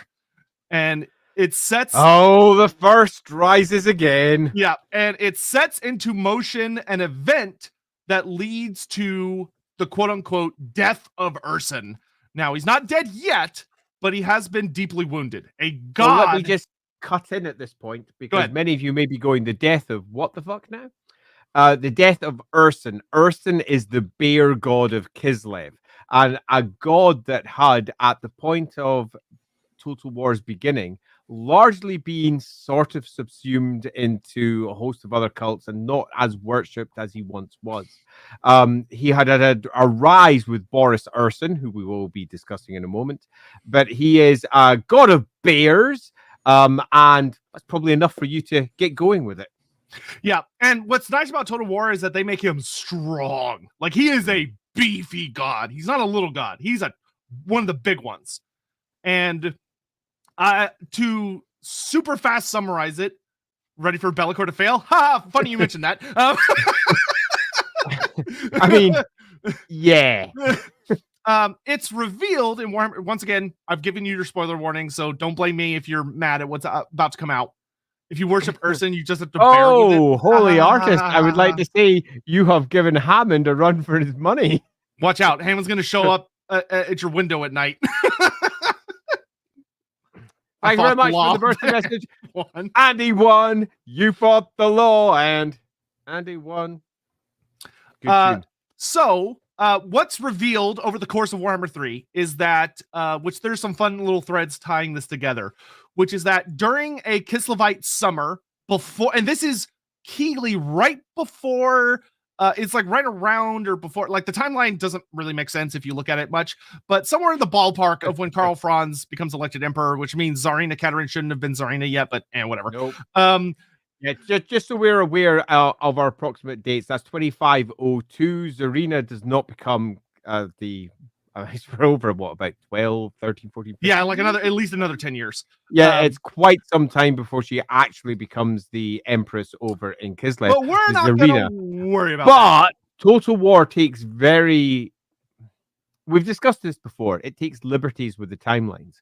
And that's fine, because for the game that it's presenting, that makes sense. Now, if you're playing, say, for example, Warhammer Fantasy Roleplay... To be fair, Games Workshop takes liberty with the timelines. Yeah. Games Workshop does the same thing, so it's not exactly a surprise. But if you're playing the fantasy roleplay game and you want it all to make sense, you kind of can, but it takes a little bit of work. And if we want to discuss it, go jump into one of the Discord channels, either over with the Loremaster of Sotek or over at my Lorebeard's channel over on my LAWhammer side, and we can pick it up ways that you can make it all make sense, but not really for this. Yeah, you can easily shift things around. It's not hard to change things. It's super easy, but not really for this stream. Hey, Aaron, thank you very much. Would Urson qualify as a god beast from Age of Sigmar? Maybe. I don't think so. I think he would classify as a god, not a god beast, but he would be in the same level of power as a god beast, at least. But yeah, he'd probably be a god beast, to be honest. But god beasts are like the big ones. Like Sotek could debatably be considered a god beast. Some of the god beasts are fucking insanely big and powerful. Like they make the actual gods of AOS look like chumps. So thank you, Aaron. The answer is maybe. You missed Godzilla's. But did I miss Godzilla's there? Oh, you're right. I did there. Happy birthday, Andy. Thank you very much, Godzilla. We need a free-for-all between all the Andys that worked on Warhammer to see who is the best Andy. I mean, do we really need one, or do we just know? I don't understand. Why didn't the biggest Andy simply eat the smaller Andys and comprise into the ultimate Andy? We could be the Voltron of Andys. That would be awesome. I want to be pink Andy? Pink Ranger Andy? Yeah, sure. Let's be that. We'll make all the Power Rangers. So anyway, so it's revealed that during one of the summers when Urson is slumbering, because Urson goes into hibernate, he roars to, according to Total War, he roars to set into event the motions that the Kislev gods go through to end winter. So he roars, which causes Dawes and Tor to do stuff, and Solyak and all the Kislev gods do their little thing. Kislev winter ends, and then spring begins, and Urson hibernates because he's a bear. He's a bear god, so he goes into hibernation. It's revealed that during one of these hibernations, Belakor, because Boris Ursus is dead and there is shenanigans, Belakor manages to figure out where Urson is hibernating, and he influences agents who go capture Urson. And Belakor is able to capture Urson in a prison of shadows that Urson cannot break out of. Yep. And Belakor. Yeah, granted, Belakor cannot hurt him. That is one thing that's really interesting, is Belakor can't actually hurt him. He's only able to trap him. Yeah. And I think that it's worth noting that this has been somewhat of a theme for many of the old Kislevite legends. Take, for example, Arianka, who was trapped in a crystal coffin. That's not for this stream, but that's another goddess who was known for her illumination and light and a variety of other things from the past. But it does speak a lot to the Shadow Lord, Belakor, how he does stuff. Andy's a symbol. I don't even know how many Andys that would be. It'd be a lot of Andys. That actually would be a lot of Andes. We should maybe see if we can get a stream to see if we can get at least 3 or 4 Andes. That would be amazing. That'd be fun. I mean, we know between us at least 5 of them. Yeah, a lot of. One of them's in my game, because my game LAWhammer obviously has 3 writers for the fantasy roleplay game actually playing in it, and yes, that includes another Andy other than me, and also Andy Goldtooth, over tyrant of Lore Kingdoms. Thanks, Aaron. Did I miss the Biofoot one there? Oh no, that's one we got already. We already got that one. Oh, and Holy Artist. What do you call a group of large Andes? The Andes Mountains. Are you a mountain, Andy? Sometimes I feel like a mountain. I am sadly stacking on the beef just now. Yes. Anyway, so Urson is captured, and Belakor, I'm going to hardcore summarize it. I would heavily advise playing through the prologue because it's actually a really fun story. But Belakor basically, because Urson is captured, that whole event that it signals the end of Kislevite winter doesn't happen. So Kislevite gets stuck in a perpetual winter that lasts for years. Yeah. So we don't know how many years, but long enough that Kislev is really suffering. And the Kislev people start to really, really struggle. And there are people saying, oh, Urson has abandoned us, or Urson is dead, whatever. People start getting mad. So this one character goes north, and he was like a very devout Ursonite. Because of Belakor's manipulations, he ends up finding Urson, but Belakor kind of convinces him that Urson is weak and undeserving of his worship, and that the gods themselves are weak, and that people should rise above them, that the gods will betray us all, they use us, yada yada. It's actually a really good speech by Belakor. I love the way they do it. Awesome. But the character ends up turning against Urson, so he renounces his faith and he shoots Urson in the chest with a bullet. But it's not the bullet that wounds Urson, it's the twisting of faith, which is actually a really interesting way to hurt a god. And Urson, mortally wounded, roars in agony. And this roar causes a big old fuck you shockwave that cuts off everyone from the realm of chaos. It literally separates the realm of chaos from the mortal existence with kind of like a storm, is the best way to think of it, to the point that demons can't cross it at all, which is pretty fascinating because it's kind of like Urson's agony is almost like a barrier between realities. Trouble might be brewing. Jesus, Hammond. Hammond, So you're back on form. Well yes, done. they call it the maelstrom. Yeah, the maelstrom, which is a word that's used too much in Warhammer to mean too many different things. It really is. They need to use different words. Yeah. But so that sets up the events of Warhammer 3, which is key. That is what sets everything into motion and wakes the Tome of Fates up. And like all the best liars, Belakor told the truth. You're not wrong. Yeah. And I think that actually speaks a lot to Belakor and the character as a whole and how that character manifests himself. I suggest going back to our previous stream regarding Belakor to the more time more about his character. Yeah. Oh yeah, it was the more time episode, wasn't it? Have we not done Belakor as a whole? No, we haven't. Not yet. Time? We talked a lot Holy about him. crap balls. We have, haven't we? I was so convinced that we'd actually done one, but we haven't, have we? No. I adore Belakor as a character, and I'm half tempted to say for my next birthday, if we haven't done it before, we do it then, because I love I mean, Belakor. he is the most important character in the setting. I genuinely. Genuinely, he is so important, and so few people realize how important he is. And I'll just, because it is often touted that he is a failure, I will add one thing. If you only judge someone by the end result, then yeah, he kind of is. But he has so many successes that lead up to each time he's defeated.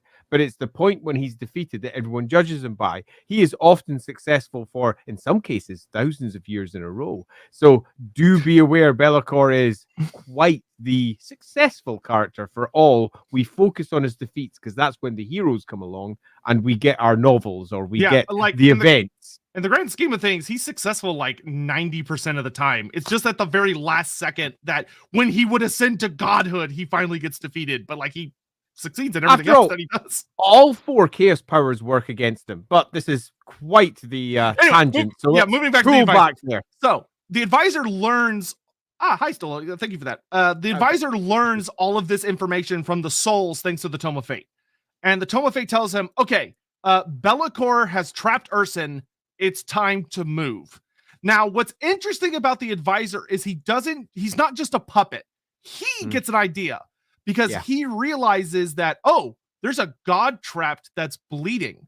And using all of his knowledge as a light wizard and everything the Tome of Fates has taught him, he gets the idea that if I could just get a single drop of Urson's blood, that god is so powerful, I could use that drop of his blood to break the curse the Tome of Fate has put on me. So then I could use it as I will, instead of only in the service of others. I would no longer be just the advisor. And I think this is arguably one of the most important aspects of his character being manifested here, in that he is not somebody who is controlled. He is not someone who is possessed and driven in a particular direction.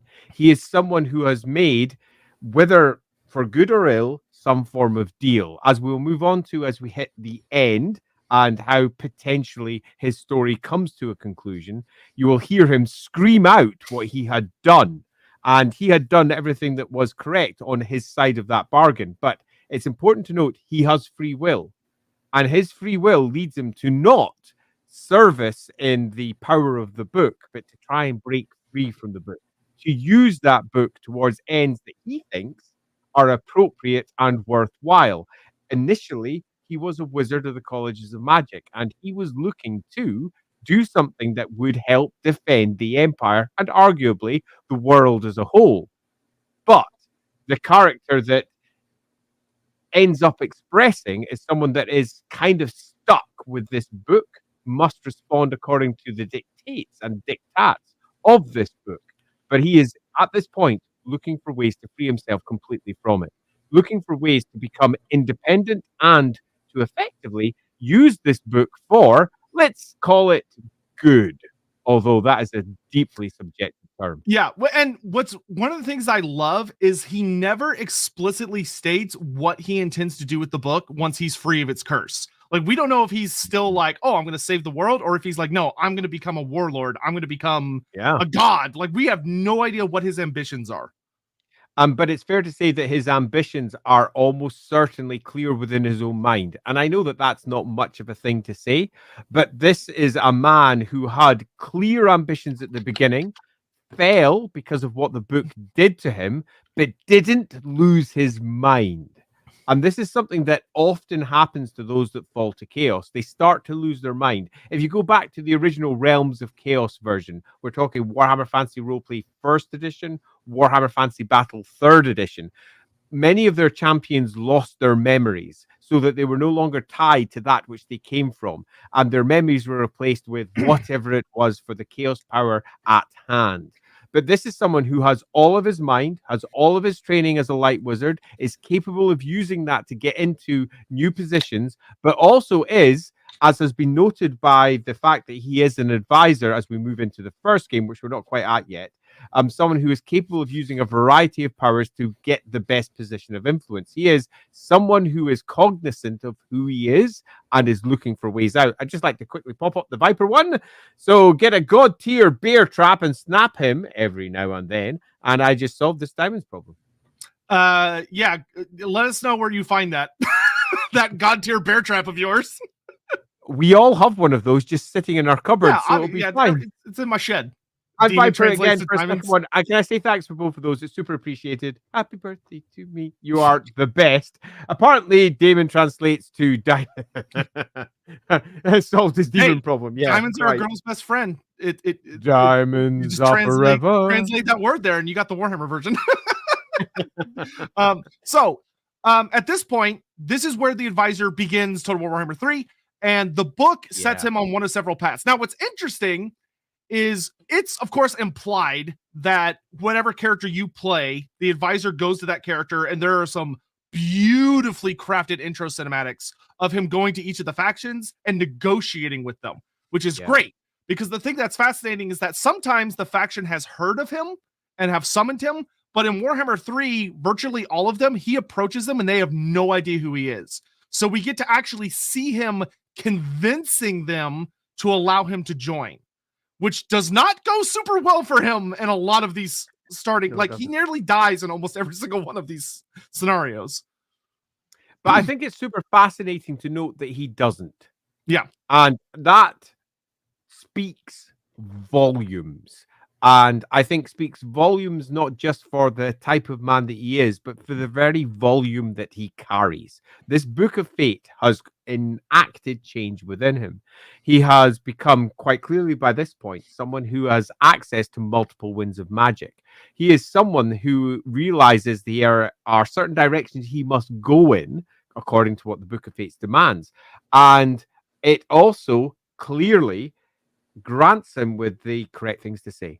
How can he get into a place and speak to ogres, orcs, Cathayans, all manner of factions, and they'll still listen? And one of the reasons that he can do this is because he has the answers already to hand, the correct path through fate to hopefully get the answer that he needs. But beyond that, he's also a wizard. He has a host of tools at his fingertips that he can use to hopefully get to where he needs to go. Yeah, and although the games make it simple by translating everything, you also have to keep in mind that he's literally speaking their languages, which is super fucking impressive. Like, he's speaking Cathayan, he's speaking Demonic, he's speaking the Ogre tongue. Like, he's talking to them in all of their native languages, which is very impressive. Whether that's the book doing it's not just impressive, it's extraordinary. And this is not just simply he's a light wizard, so he knows stuff. Light wizards do know stuff, and light wizards almost certainly do study things like language demonic or the language of the elves. But studying is not the same as understanding, is not the same as becoming fluent, is not the same as being able to influence another party. He is quite simply beyond his initial roots. His wandering around the old world and much beyond the entire Warhammer world has not just exposed him to all of these cultures. The book that he carries has allowed him to be understood by all of these cultures. Now, could you argue that he's using some form of spell to communicate with all these people, or the book itself is somehow like the TARDIS in Doctor Who, providing him with a translation matrix so that everyone can understand him, probably with an English accent because, hey, creative assemblies in England? Then yes, very possibly. That would be one way of viewing it. But regardless of what route has been taken, the advisor can communicate with everyone and with a bit of pressure, with a bit of careful choices, by saying the right words, can fall in behind everyone and be, and this is the big one, kind of trusted. Yeah, well, especially like the book goes even further because it's not only does he speak their language, he understands their culture. Like he understands how to talk to them. What's the appropriate body language? What's the appropriate thing to say? How to stand? Should he act afraid of them? Should he act pious towards them? He plays his cards extremely well. How many different languages and dialects are in the world of Warhammer? So many. So many. So many. Holy Artist, this is a really good question. I think it's actually a stream for the future, and that's language in the Warhammer world. Language in the Warhammer world does have a root, and that root cause, right at the very beginning, the word, so to speak, is something that exists within the Warhammer world, and all languages have come out from it. Consider it a little bit like the Indo-European for all of the languages in what we often dub as the West. Indo-European goes a little bit further than just that, but there is a root language to everything in Warhammer, and it's not just simply speaking plot armor. The advisor can speak their language and be understood. Yeah, though hilariously, it still almost gets him killed. Almost every circumstance. Yeah, so now, but he doesn't die. That's the big bit, though. The correct he always gets through. He always gets through, which is the good bit. Just before you go your next bit, hey, Aaron Rodgers, it's like the Tome of Fates has turned him into a literal, into literal. Literal change itself. You're not. Yeah, it really has. Off. So yeah, you're not wrong. What's interesting is that there are two ways to look at what happens next, which is whether you believe the advisor is significantly more powerful or a little more on the mortal side. If you lean more towards the mortal side, then he goes to one faction. He has his intro cinematic based on who you, the player, are, and he just plays with that storyline. However, it is very realistically possible that all of them actually happen. That he goes to every faction and he convinces all of them to get involved in the plot. And that every cinematic happens in the same timeline. I think this is one of the most fun aspects of the advisor as a whole, and that's that he is, much like video games themselves, multi-threaded. He may not just be one individual anymore. He may be the Book of Fate made manifest. Many different paths, which allows you to have multiple different versions of him doing multiple different things. And that is absolutely within the remit of the Warhammer world and what it offers. It doesn't necessarily mean that's the case, because it could be equally interpreted, as if you were running it for your own Warhammer world, say in Warhammer Fantasy Roleplay. There's just one of them doing one thing, heading towards ultimately whatever the fate that is required by the book itself. But if you wish to run it as a multi-versioned example of him, you absolutely could. Yep, Godzilla. If it wasn't for the fact he's offering them a god as a reward, some of the characters would have slaughtered him, like Scarbrand was 2 seconds away from killing him and taking his skull. Yes, but the Book of Fates would not have sent him there if he had not had the bargaining chip in the first place. And yeah, absolutely. Even with that, if he had not said it in the right way, it would not have gone over well. Where like Scarbrand just offering the body of a god would not have got Scarbrand's attention. It was phrasing it very specifically in, what is my skull compared to the skull of a god? And if you allow me to assist you, I can get you the skull of a god. Like getting Scarbrand, who is the literal embodiment of rage, to not only listen, but to go, all right, to a wizard is intense. It's extraordinary, in fact. And I think that speaks to the power of the book that he's carrying. And I'm actually going to bring that comment up again, just so that we can take a look at it. And I'm going to contradict it slightly. If it wasn't for the fact that he was offering them a god as a reward, some of the characters would have slaughtered him. And that's what it looks like. Like Scarbrand was 2 seconds away from killing him and taking his skull. No, he wasn't. That is an easy interpretation of it. But he was already armed with all of the correct information. He had a path charted out for him by what he had already discovered in this book. He knew what the outcome was going to be before he was even there. It's one of the reasons why when he arrives, he is not cowering. If anything, he's the opposite. Often he comes across as arrogant is too strong, but certainly certain. To be fair, in the Scarbrand cinematic specifically, he does seem like he's about to shit himself. Like he does seem kind of terrified. Because that's all that's needed. But to he get could the just be result playing the at role. hand. That could be the thing. He's playing the role. He is ultimately everything that is required to be the perfect advisor, and I think that's worth mentioning. Hey, Marco, thanks very much. Very generous. Thank you. Thank you. You rock. Happy birthday, Addy. It's almost like it's my birthday. Yay. Thanks a lot to both of you for the free content you make constantly. Yes, we do. Also, I just want to say that I cannot decide who is more awesome. Andy in his Pac-Man sweater. Indeed, Pac-Man. Can't go wrong with that. I am a gamer at heart. Or Sotek, hugging the sword like a newly spawned sword. And he said we had to do something fun for this stream, so I brought my Luzman sword out because that hat is uncomfortable to wear. Yeah, quite.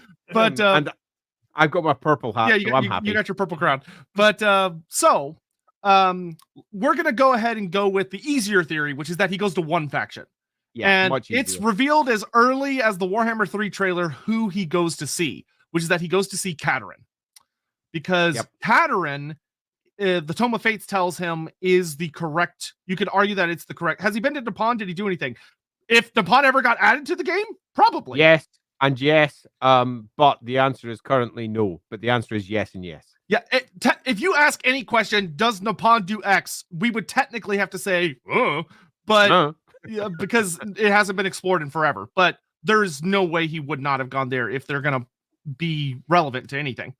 Mm-hmm. So anyway, whether you believe he goes to every faction to convince them to get involved in the war, to manipulate them into the proper place, or whether you believe he just goes straight to Katerin, either way, in the Warhammer 3 trailer, we see that there's been actually a pretty notable change in the timeline, which is that Katerin is much older when her father dies. Like, she literally gets a letter from him writing about that he's going to fight up at the river to fight a big chaos horde, and it's implied that the second he kind of sees how big the chaos horde is, he realizes he is going to die. But he's going to fight anyway because he's fucking Boris Ursus, and he's like, whatever. And so he fights, he dies, and he falls into the river and gets frozen into a popsicle. And the spirit, the land of Kislev preserves him in that popsicle form until he later breaks out. But good old Boris. Good old Boris. But what's interesting is that we see the advisor when he shows up to advise Katerin after she learns about the death of her father. Who knows? Maybe the advisor is the one that brought the letter from Boris, because maybe he was advising Boris into that position and got Boris killed. Who could say? But he shows up in her tent after she leaves to go fight the Khornate horde, and you see him shuffle aside the papers to look at Grand Cathay and everything, and he smiles at the camera. Which kind of implies that he could see through the camera, but I digress. What's interesting is that this sets into motion the events of Warhammer 3, which does have a canonical end revealed by the Champions of Chaos DLC, which is that Katerin wins. Which is also why she is the only character who in the outro cinematic her cinematic is unique, because she actually shows up in it. So she fights, they do the whole Realm of Chaos thing. He tells her, okay, the Tome of Fates, he reveals another unique power it has, which the Tome of Fates can open portals into certain places of the Realm of Chaos. Yep. And furthermore, if a demon prince is killed, the Tome of Fates, with the advisor using its magic, can trap the souls of demon princes inside of its pages, which is really scary. It's super cool. That's what it is. A really nice development for the artifact as it has been presented so far. And it shows that it has potentially extraordinary power beyond just simply a useful repository of knowledge of what was in the past, what is now, and what is to come. But something that could be, it's almost like that which is inside the book, and we kind of know what it is, allows other things to potentially also be in there. Maybe it is literally a trap for things that are effectively greater demons, our demon princes, our equivalent. It's one enormous trap, and possibly if you're looking to try and rewrite it into something interesting for your own campaigns, you could say that if it replaced what was currently inside it, a completely different book would result. Anyway. I've got a thing for you in a minute you're going to love. Super J, thank you so much for being here. I don't know if we're gonna accept Kugoth's gifts. We appreciate it. We're probably gonna send those back, but thank you. I mean, thanks very much. But... yeah, we're good. We're full. Thank you. So in any event, now I personally I see some people commenting about it in the various chats. I personally do believe the advisor went to every faction because it would explain how all the factions are getting into the realms of chaos, how each of them seem to be fighting for the same thing, which is that they're all fighting to get to Urson first before Belakor can complete his ritual to devour Urson's power for himself, becoming the god of shadows and being really fucking scary. So what's interesting though is we actually get to see, a lot of people don't realize this, but when you play the campaigns and you do the Demon Prince thing, the Tome of Fates has a really cool thing. Wherever it absorbs the power of a Demon Prince, it resonates with power and it allows the advisor to see into the past or the present. So the past, the first soul you absorb allows you to see the fall of Belakor. So it takes you back to the Great Cataclysm. It shows you the Great Cataclysm, which is a fantastic cutscene. And it also shows... I haven't seen that one. That's what I need to see. Oh, it's awesome. Like, you get to see, like, the portals blow up. You get to see the High Elves on Ulthuan fighting the demons. Just taking a note here at this side. Go find that one before I play the game. And it also reveals Belakor leading the armies of demons and building up an empire. But it also shows Belakor hilariously... One of my favorite scenes is Belakor getting smited by the dark gods because it's so funny. It's very dramatic, but it's literally just him being like, "Give me more!" And then they literally just smite him on his tower, and it's so funny. He just gets blown up. Hey, Jen, do you remember your reaction to learning Boris was in the game? When you saw the advisor talk to him, I would have loved to see that. I freaked the fuck out, personally. I was so excited to see Boris. It's always nice to see those little extra goodies. Especially because Boris had some of the best dialogue with the advisor, because very uniquely, he knew what the advisor was immediately. Good old blessed Boris. Yeah, because he's blessed. Like, Urson was literally whispering in his head about what he was dealing with. Hey, Omniside 101. Happy birthday, Andy. And thank you in return. Enormously appreciated. Yeah, but anyway, so the advisor helps Katerin, and like Andy said, if you play through the campaigns, it's super fun to watch how he kind of manipulates the characters. And at the start of the campaign, all of them kind of don't like him that much. They don't trust him very much. But by the end, they explicitly trust him because he has been a genuinely good advisor the entire time. As you get more Demon Prince souls, you get more cinematics. Most of the ones after the first one are showing Belakor talking to Urson. And you're also getting to see that Belakor is getting closer and closer to his goal, and Urson is getting closer and closer to dying. Eventually, you break into the realm of chaos. You fight Belakor with the advisor by your side, because the advisor, the book uses, once you have all four of the Demon Prince souls, I actually love this bit of lore writing. It's revealed that because the Demon Princes were once mortal, unlike regular demons, they have genuine souls, just little pieces left of who they actually were. And by getting one from each god, so one Demon Prince from each of the major four powers, the Tome of Fates uses that bit of their mortality and the fact that all four demons are from the various four powers. It releases them so their souls go back to the Forge of Souls where Belakor is hiding, which is a neutral territory. The gods cannot go there. It is neutral ground in the realms of chaos. And so I'd like to just quickly interrupt and say this is one of the reasons why I wanted to do this stream. You may notice that the Loremaster of Sotek is saying significantly more than I am for this one. That's because much of the lore for, let's just say, the Total War gamut of games is currently beyond my awareness. I certainly haven't played the third game barely at all. So one of the reasons I wanted this for my birthday stream was because there's all sorts of shit I'd like to know because I'm using this character and I would like to use these extra bits. This, for example, is something I simply didn't know, and I like that. So I'm going to lean back and put on my well, there are some things we're going to get your opinions on in a second because they're really interesting. So what the Tome of Fates does, and I thought this writing was super fun, is that it basically kind of puts a tracer on these four demon souls, and it uses their mortality to create a bridge. So it opens a bridge that allows mortals to follow these Demon Prince souls back to the Forge of Souls, which prior to that, nobody could get to because no god is allowed to have dominion there. It is along with I forget what it's called, but like the big court where the dark gods like meet occasionally, it is one of only 2 spaces that we explicitly know of in the realms of chaos that are neutral territory, which is why Belakor was able to take it over, because he's a conniving little shit. Oh, that's pretty much Belakor for you. And again, yeah. And so you break into the Forge of Souls. You have your big final battle against Belakor, who is literally sitting on a super badass throne that looks like it was ripped straight out of Full Metal Alchemist Brotherhood with Father, where it's pumping Ursen's god blood into Belakor's body. And he gets up, you fight him, and you defeat him. And Belakor curses you and is super angry as he gets banished back into shadow. And the Dark Gods laugh at him. Because typical Belakor. But depending on who you're playing, then you get to Ursen's body. But in the canonical version, Katerin makes her way to Ursen, who has died right before you get there. And it's super sad. But when Katerin gets to him, her faith is able to reignite just that tiny little spark that he needed to come back to life. And Ursen starts breathing again. He comes back. You break him out of the Forge of Souls. And Ursen roars once again, but this time his normal roar, and the eternal winter Kislev has been suffering under ends. And Kislev is finally able to start recovering from the horrible winter and wars that they've been dealing with.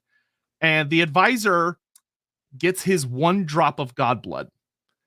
And he uses it to break the curse on the Tome of Fates. Now, here's something really interesting I want to talk about that a lot of people I don't think catch with the Tome of Fates. You'll notice that we talked about in the Warhammer 1 trailer, Sartorial the Everwatcher is bound to the book. He's stuck in it. Yep. He doesn't show up until after the advisor opens it, reads it, touches it, tries to use it, and he gets the curse. And then he's gone. Like, Sartorial doesn't show up again until what I'm about to talk about, which implies, yes, that Sartorial cannot leave the book. Yep. He's stuck in it until somebody fucks up. Because when the advisor breaks the curse, he does it because he thinks that he's going to be free of the Tome of Fate so he can use it however he wishes, in whatever way he wishes. But something else happens the moment he breaks that curse, which is that a white raven appears, who has not been there the entire time. The advisor has no idea who the raven is. He literally says, "Oh, I have a white raven following me. That's interesting." But he doesn't realize what it is, because he broke the curse on the book. He frees Sartorial the Everwatcher with that drop of god blood, because he got manipulated like a chump. Because Tzeentch is that's what Tzeentch does. Bitch. Yeah, that's what Tzeentch does. And then we get the epilogue, regardless of which campaign you play, because all the campaigns have the same epilogue, which are about the advisor. And what's revealed is that when the advisor breaks the curse on the Tome of Fates, he goes, "Oh, thank God, I'm finally free of this. I could go do whatever I want. Huh, who's this weird bird? That's kind of weird." And as he's venturing, believing he's about to go off and do whatever he wants, suddenly the bird starts to talk. And he goes, "Oh, shit." And he begins to age. And his vision clouds, and he goes blind. And his body becomes more rapidly decrepit. He becomes this haggard old figure because he's being kind of punished for his hubris. And the bird says, "You're free of the curse of fate, the Tome of Fates. Now you suffer me." And the advisor becomes bound to Sartorial the Everwatcher. Yep. And realizes that he now has a different curse, and a much worse one, because now he's literally being followed around. And this leads into the events of Warhammer 1, which is that regardless of which campaign you pick, the advisor goes to the various Warhammer 1 factions, or in my case, I believe he probably visits all of them. And in every cinematic, there's that white raven, and it comes down, lands on his stick, and caws in his ears a few times, and he listens, and he nods, and then he goes to talk to whoever the legendary lord is. Yes, my lord. Yeah. Yep. And the advisor we see in Warhammer 1 is very different than the advisor in Warhammer 3. Yeah. He is much more frail.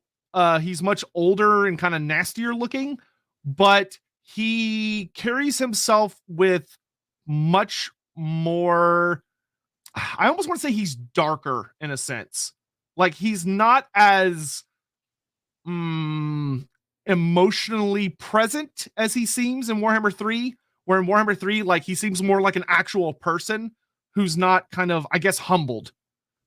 Yeah, I agree that. Now, the version of the advisor that you see in Warhammer 1, I know pretty well.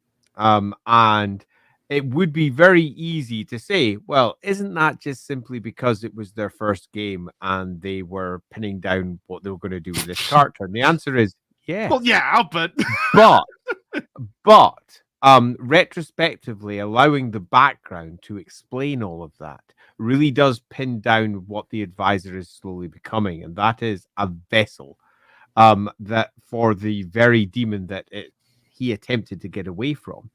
And it's quite clear that he is no longer what he once was. It's quite clear that the demon that sits upon his shoulder, cawing away, again, it has a deal, as we will note as we move towards the conclusion, poor conclusion for this particular character. He thinks he still has a free mind. He still thinks he is doing what needs to be done. I can still get out of this. I can still get out of this. Yeah, he still thinks he can get out of it. But he thinks he can get out of it by following the demon's plan, as we will note as we move on to it. But it is, I think, very fair to say that the character of the advisor by this point has become far more darker, as he more his voice sinister, even has certainly become more sinister, has become more hunched and much more, oh well, as he describes the various things that you can do. Yeah. His demeanor is grim and his mood is darker. Grimdark. Yeah. Actually, Hammond. Yeah, he is more grimdark. You're not wrong. He is much more grimdark, and a character that beforehand almost walks out of Warhammer 3 with hope in his heart has become something quite different by the time we hit Warhammer 1. But it's such a happy piece of, it's such a happy cinematic. It really is. Raven pursuing him. And that Raven pursuing him afterwards. It's such a nice end, except it really, really isn't. It's such a Zinchian thing, too. He had hope. Yeah. And what is Zinch but hope for a better future? The idiot. Hope for change. But and I want to thank Mornington Crescent for bringing this up, because I forgot to bring it up earlier, which is the Covenant of Chaos trailer.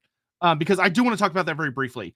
One of the things we see with the advisor going into Warhammer 3 is a really, really cool cinematic they made just about him. Even though technically it's, of course, revealing the Nurgle and Slaanesh stuff.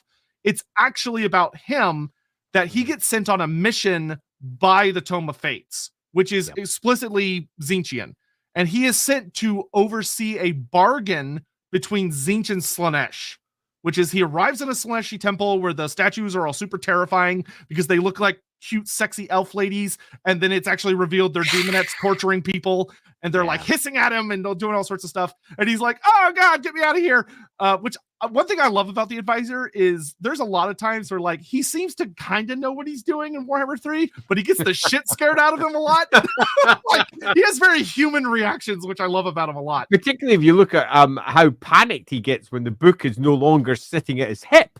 He's like looking around going, oh, yeah, because as he's about to close that deal, the Slaanesh demons are kind of whispering that there's another force present. And as he's about to do what he's supposed to do, he looks down and sees a corroded symbol of Nurgle, which suddenly causes absolute fucking haywire because he's an idiot and he touches it.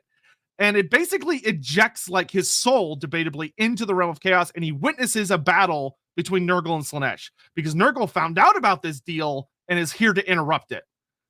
Because can't let Slaanesh and Tzeentch advance in the great game. Can't have that. And Nakari comes for him, which is so fucking awesome and terrifying. And Nakari even starts whispering to him, I can give you everything. I can give you whatever you want, whatever desires you have. Just give me the book. Give it to me. And the advisor doesn't, because what he sees scares him so bad and probably makes him aware that the deal was not going to end with him alive, that he manages to get to the book first and he closes it. And goes, you could tell he has the look on his face of, holy fuck, I should not be here. And he leaves. He does not fulfill the deal, which is really interesting. Anyway, but it's just a fun little thing, but it kind of shows that he has his own motives. He does have the ability to not explicitly do what the book tells him to do, or at least like he can go there, but he doesn't have to fulfill the future that it might foresee, because that future was probably that Nakari gets to do a bunch of crazy shit that might bring about the end times, but his soul was about to not have a good time. Yeah, I think this is an important aspect of understanding him as a character as a whole, and that's that at no point does the game suggest that he isn't acting under his own free will. Even when we move into Warhammer 1 and his character appears to be somewhat subsumed in comparison to what it's going to become, even then he is doing so because he chooses to do so. And I think that's an important aspect of understanding who the advisor is. He's not, to go back into the most ancient of terms in terms of Warhammer lore, he's not a slave to darkness. He absolutely isn't. Unlike the vast majority of those that fall to chaos and they start losing themselves to chaos, at no point does he. Even when you're at the very beginning. I believe, he still has his soul. He has not bargained it away. He still has it. The very beginning, and you see him mutate and fall, and the deal that is reached at with him to allow him to appear like the younger version of himself that comes later as we move into Warhammer 3. There have been deals made and decisions made, but he hasn't, strictly speaking, lost himself, unlike almost every other character you would imagine would under these circumstances. It speaks to his overall goal, it speaks to his overall character, and for all you could argue that by the time we reach Warhammer 1, he is effectively a slave to darkness. You could say that because of his actions, in that his actions all lead towards that outcome, but he is choosing them. And there we hit a philosophical debate. Does it matter if you are free or not free if the outcome is the same? And I think that is an interesting debate to potentially have. Hey, Godzilla. Cough. I don't remember the trailer. You should bring it up right now and watch it. We might watch some at the very end, but like time-wise. We may at the end. Time is always a thing, but it's my birthday, so I can watch what the fuck I want. But yes, good point. Yes. And Hammond, thank you very much again, Hammond. If you were him, would you stay with Tzeentch, or what other god would you side with to try and escape the clutches of Tzeentch? I think that's the thing, is that at the end of Warhammer 3, he thinks he can escape, and he realizes to his horror, no, you can't. Yeah. That's the lesson of Warhammer 3. He thinks he can get away, and he fails. Yeah, I agree completely. And I think that if you're looking at the overall Warhammer cosmology and how things work, and we all know that things work differently according to the writer at hand, but we have some relatively broad brushstrokes that we can drop into place, in that if you are aligned with chaos, there are certain ends that are not necessarily as awful as they first appear. Although the truth of that is rarely how it appears anyway. You could argue that maybe Demon Princedom or some equivalent is potentially in his future, but he has always fought against that which attempts to control him. He has always looked for other routes through. He has, for example, used the blood of a god to try and attempt a freedom of sorts, so he can use all of the power of the book without any of the downsides of the book. There is a certain level of arrogance that runs through him that I think does speak to his origins as a light wizard, that then moves towards his next step as he realizes that has failed, and the only way he can continue on is to fulfill the book's desires, or in this case, that which lies as the book's representative. There is, I think, in this particular case, a lot to be said about his character and the choices that were made. And if he'd made different choices, there'd probably be a different outcome as we're slowly moving towards. Yeah. Also, really interestingly, just a quick little thought about that, of what's interesting in that he doesn't have the book anymore in Warhammer 1. Doesn't he? I've forgotten that. No, he doesn't have it. No, he doesn't carry it with him anymore. He just has the because burden, I think it's implied that the book's power came from Sartorial, which I think reinforces your point earlier, that if you put a different demon in the book, I bet it would have different effects. It would be a different kind of book. But Sartorial is what gave the book its properties as far as like being able to see things. And we'll get into why Sartorial is able to do that in a minute. But finally, we get to Warhammer 1. which has a bunch of different storylines. I very much believe the advisor visits every single one of the factions. What is awesome about the advisor in Warhammer 1 is that he actually goes through links to, in Warhammer 3, we get to see him introduce himself to the factions and be like, oh, please don't kill me. Like, Katerin almost freezes him to death, and he's like, please don't. I don't want to die. I'm here to help. And like a bunch of other shenanigans. But he convinces them. We actually see that in the cinematic. In Warhammer 1, he's already met them. In Warhammer 1, he reveals that he's already met all of them, and they trust him for X reason. So, like, he was able to convince them that he did whatever. But he is not... We miss out on the actual initial meeting, but we'll talk about all that in a second. Michael, so hey, Michael, Kabanda for being a 40k demon, but not Sartorial. Happy B-Day, Andy. The reason is simple. Sartorial did not show up in the end times and steal the limelight and curb stomp a bunch of characters and be the ultimate big bad of the end times, despite never having shown up in anything Warhammer related prior to that. Sartorial is not also like a big main character known for taking on multiple, like a Primarch, and have like a big love-hate relationship, or sorry, love-to-hate relationship with the Blood Angels. He is a cameo character that shows up in a really old 40k Black Library book. Yeah, like 2001. We're talking proper old now by standard Warhammer versions. I'll just add my little bit here. It's actually quite common to find the 40k fantasy connections nowadays, where when we're looking all the way back to, let me think of the army list, we're looking 5th edition, 4th, 5th, 6th edition.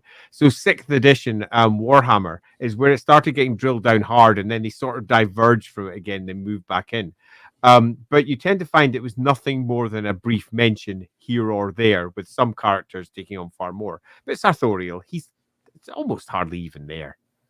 Yeah, and I do want to answer this real quick, just because I think it's worth talking about. How did the advisor making a deal with Sartorial when he got the first curse? If you didn't know, a demon was in the book. He did know Sartorial was in the book, I think is the thing. He meets Sartorial the first time he opens the book. What he did not realize was that using the God Blood would free Sartorial from the book. That's what he didn't realize. I think that ultimately speaks to the entirety of his character. The choice that he made right at the very beginning was to gain access to this information at the cost of himself. He was aware of the dangers, and he chose to access it in the hope that he could get and receive a better outcome. And then once he had accessed it, he went out of his way to try and free himself from it, and thought he had found a route to do so. But as we know, by the time we hit Warhammer 1, he has failed. It has not succeeded. So, but a couple of interesting things are revealed about the advisor's capabilities during the Warhammer 1 intro cinematics. One of the things that's really interesting is that despite being like an old guy who clearly appears to be some kind of wizard, he's able to convince High King Thorgrim Grudgebearer to take him on as an advisor, which, like, damn, that must have been an impressive argument. I mean, he's dodgy as fuck. Yeah, he's super dodgy. I mean, if he came up to me and went, "Hello, I'm here to try and advise you about something," I'd be like, "Dude, speak normal." And he'd be like, "I have dark rituals which might present some form of advantage for you." You'd be like, "No, you know, somehow you're creepy. You look like you tried to have somebody sit in your knee like a bad Santa. Get out of here." Yeah, so it's very interesting to imagine, but it was probably very similar to the Total War 3 scenarios, where he probably gets almost murdered in every one of those circumstances, but then he, through very clever conversations, convinces them to at least let him have a chance, and then he proves himself again and again and again, and they're like, "Oh, yeah, okay, maybe this guy is reliable." Fate on his side. Yeah, which, and there are characters that full on hate him. Like, it talks about that Grimgor barely tolerates his presence, or that Kazrak the One-Eye really doesn't like him. But Kazrak senses there's something about him that he needs to keep around. See, a character like Kazrak, I could almost imagine not just accepting him, but understanding that he is a effectively a seer of he's Zinch. basically a Bray shaman. Like he's gifted, Yeah. he's blessed by the gods. Like that, and that's implied. That's why Kazrak tolerates him. Indeed, that makes sense. Some of the other characters that accept him, you are just left with going, well, there has to be a reason that's far more beyond the fact that he's saying things that are acceptable. It's simply not enough. And I think that speaks to the influence of the entity that's influencing him.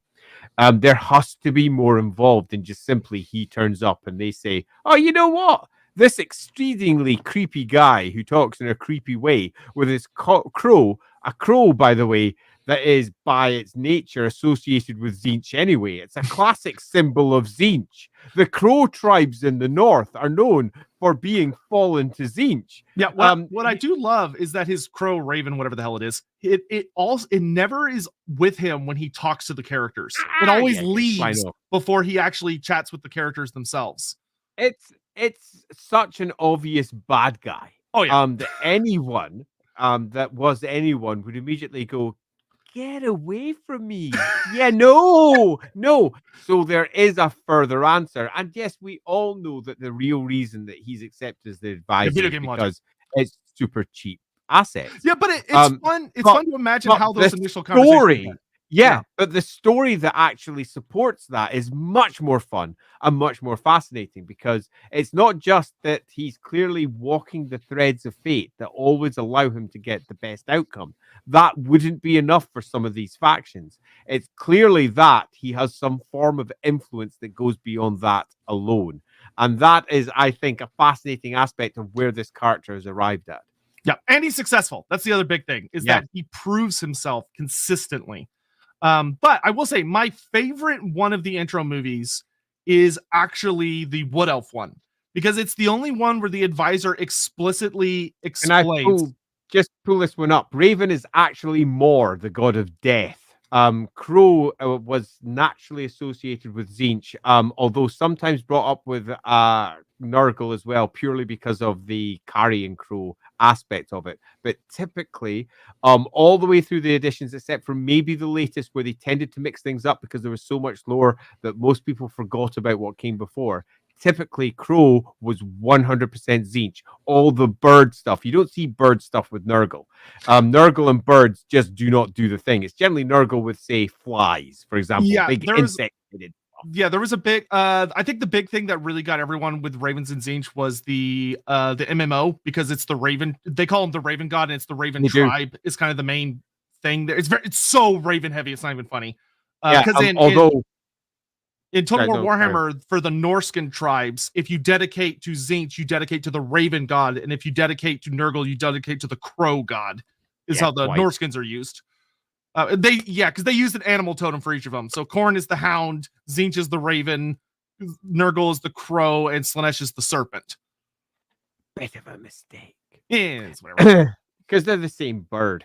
Anyway, Ivan, late to the party. Happy birthday, Andy. Thank you very much, Ivan. Deeply appreciated. Yep. Anyway, so back to the advisor.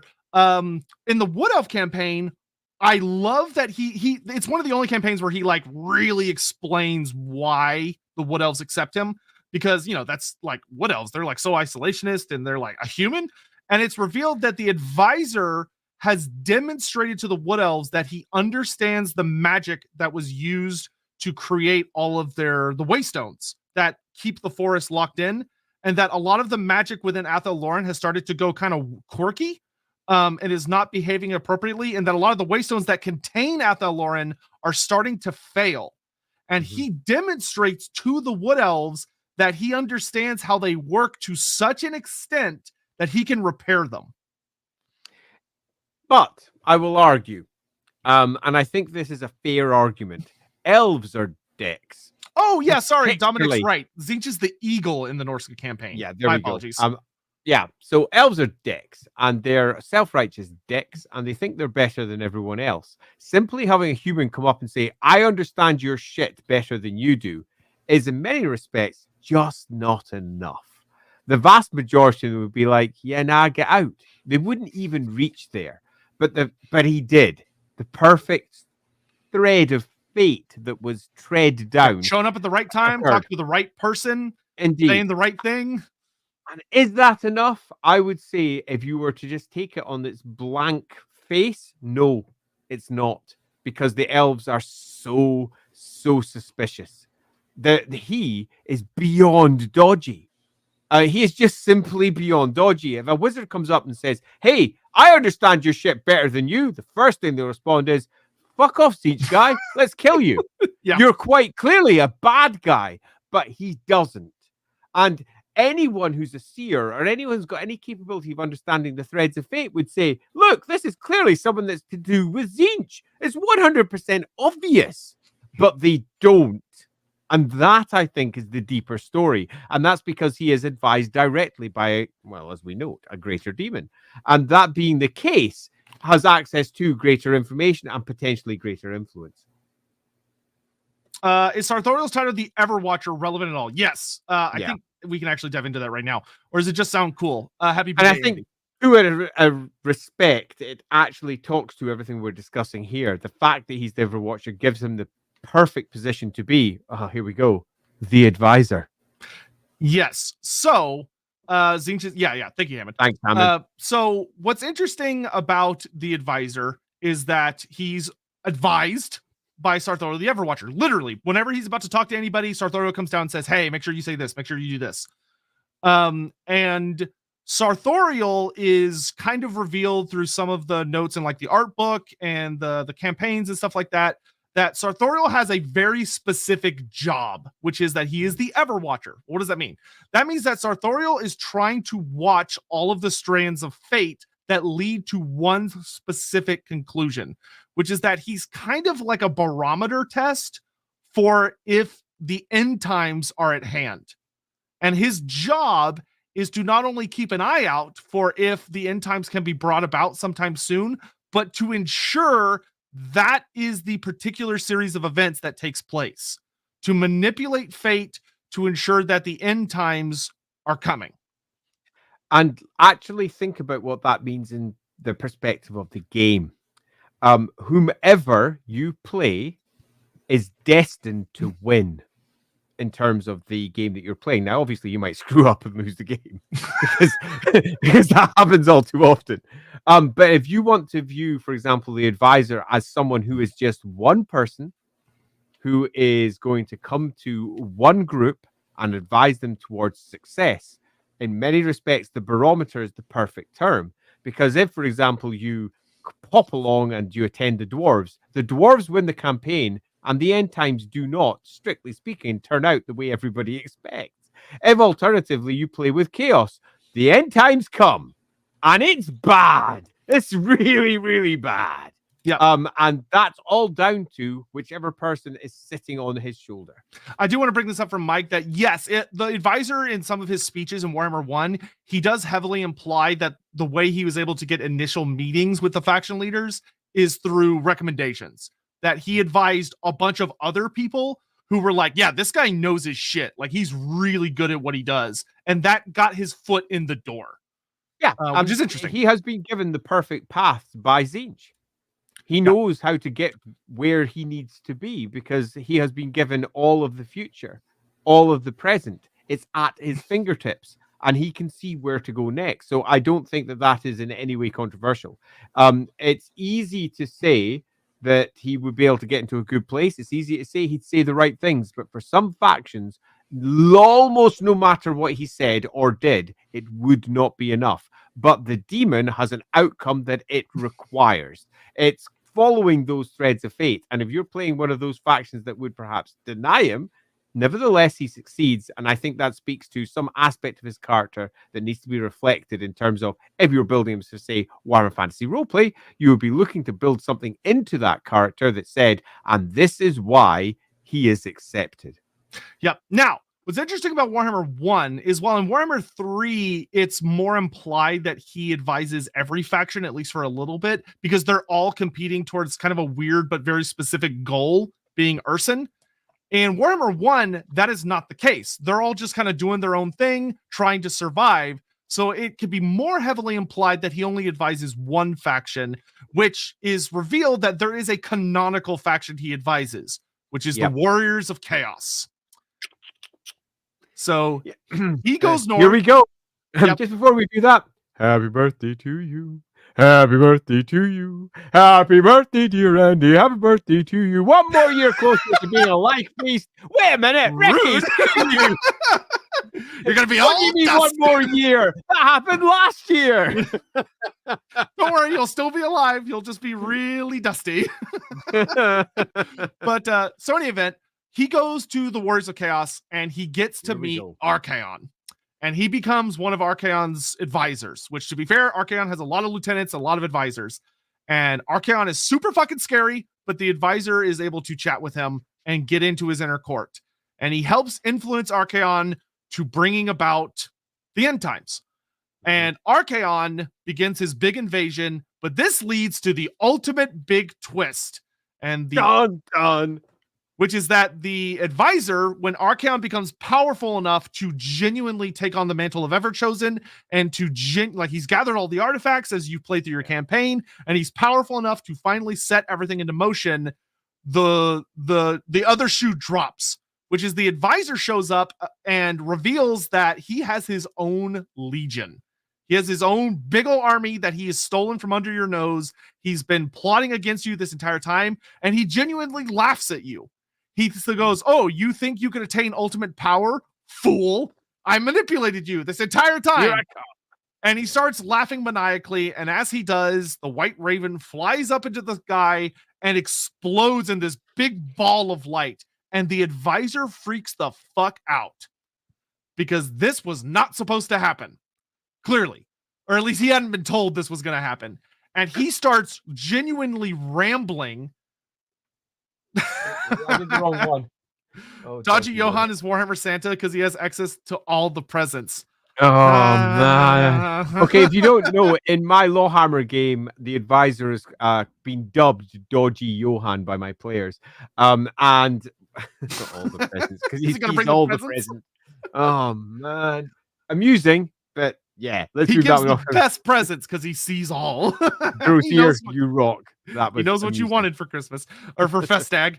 But Dodgy Johan, the advisor, is genuinely terrified. The voice actor does such a good job with this role. Yeah, he's terrified and he's rambling.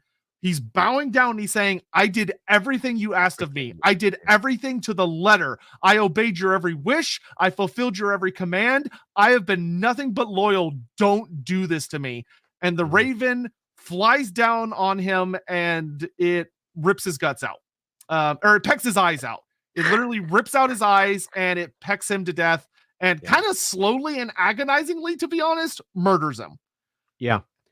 This is an interesting one. Again, it gives you a clear potential end for the entirety of the Total War Warhammer campaign, and that is that chaos wins. And that speaks directly to the end times. Yeah, not necessarily. I'll get there in a second. But the last thing is that the bird flies up in the air, turns into Sartorial, and he picks up the corpse of the advisor and says, "All our pawns to the great deceiver." And then he throws the advisor's corpse on the ground because this pawn has served its purpose. And then he roars. And then you get the really badass art that they created, which shows Sartorial fighting Archaon. And it's revealed that Sartorial is here to fuck you up. He has manipulated you into this place, but now he is going to kill you and take it all for himself. Because that is his ambition, is to be the big bad in charge. And you fight him and you beat him because you're the Everchosen. And chaos wins. Yeah.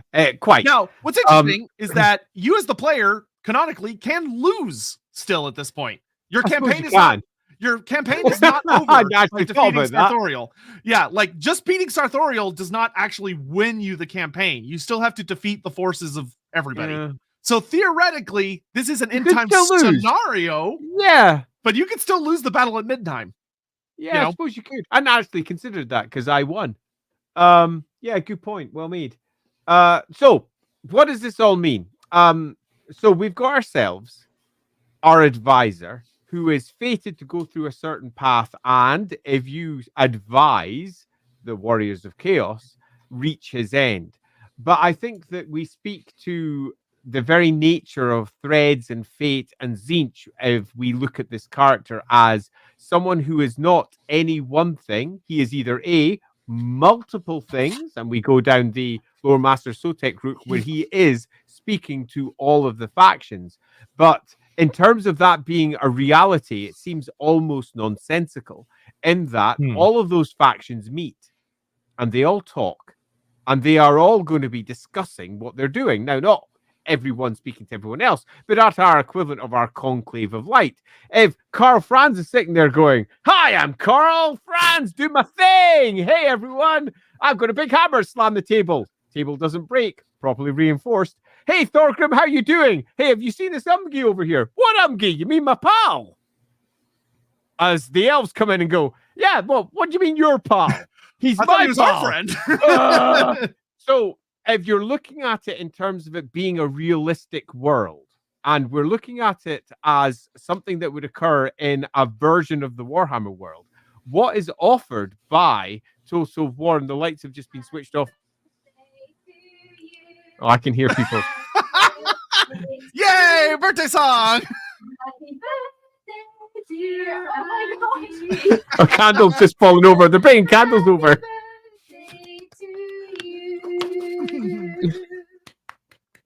Yeah, I like it. We've had a surprise happy birthdaying at this end. Good. We need more of those. I've made a wish about the advisor. Thank you very much. Oh dear. Thanks everyone for all of your birthday wishes. That's super nice.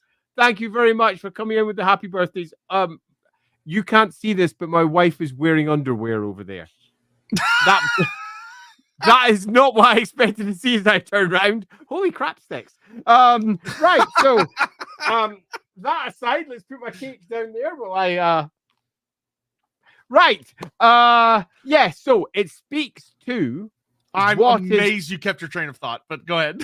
I did. It speaks to do we have a comment first? Let's do that first. Let's see. Just like we're hating to mention of this character assassination fest of a bad fanfic that is the end times and the thoughts of the Warriors of Chaos campaign being canon. Well, okay, I will say this, that A is thanks, Joe. That's super cute. Yeah, thank you, Josie, so much. That the idea of the end times being a mess, absolutely. We have a whole hate stream you can go watch on it. That was super fun to do. Like as much as granted, your version does not have to go this way, but like from a canonical standpoint, we've talked about this in the past. Warhammer Fantasy inevitably will end with Chaos winning. Yeah. It is the inevitable. But, and this is where I'm now going to add a contradiction. Yeah, go for it. This is a computer game, and the choices you make determine the outcome, which means Chaos not only can lose, probably will, because it's only one faction amongst many. The advisor will advise one of the factions at the very least, and given that you're playing, it's likely to be the faction that's going to win. That's loosely speaking how it often goes, unless you play like me. Bad. You're just not very good at what you're doing as you sit there speaking to the lizardman and he's like, "Hey, don't worry, I'm an advisor. You definitely trust me." Because that works. Angry lizards. But the advisor comes with all of his influence, and under most circumstances that are presented by Warhammer Total War, the advisor advises a different faction to Chaos to success. And that is an outcome that is quite frankly separate from this Warhammer timeline that is Warhammer 8, where Chaos wins. And if you choose to take the Chaos path, Chaos clearly wins, the advisor dies, it all goes very wrong. But if you don't, you still have this advisor character who has been strongly influenced by demons et al. And led fate, Tzeentch, and the ultimate choices of Tzeentch towards a success. And I think it's fair to say that you can take the route that the advisor is everywhere, but if you do that, it starts to break with any scrutiny. So if you choose to take the opposite route, which is he goes somewhere, the big answer, the big question here is, if you're looking towards building your own end time story, where does the advisor go? Because wherever the advisor goes is probably going to win, because that's the demon that watches the winners. And that ultimately is a super fascinating story. It's a super fascinating influence as you attempt if you're running an end time scenario, to pull that character towards your way of thinking rather than heading off to, I don't know, the Chaos guys, because the Chaos guys, they're going to win. He's a super fascinating character because he is intrinsically tied to the end of the world and how it is going to pan out. Or alternatively, the lack of the end of the world because he watches the winners. Yep. And also, like, if you're you can't see it, but I too. Hey, see before N. You can't see it, but I am also wearing underwear. As am I. It's fair to say. I think most of us probably are. Yeah, no, everyone knows that when I do lore beards, I only wear a t-shirt. That's it. But yeah, it's a really fun character to work with, especially like if you're doing like Wolfrup and you want it to be kind of epic scale, then if your party's involved, he would inevitably run into your party. Mm-hmm. And maybe be trying to push them certain ways, and could be a really like he does in LAWhammer, a really spooky, weird character who says very strange things, and your party's going, "There's something off about that guy," but at the same time, he says really interesting things. He's very dodgy, but yeah, ultimately, yes, he's a character that if you're playing in your own scenarios, he can bring something super fascinating to the table because he brings, ultimately at its heart, success. And that is scary because he might not side with you.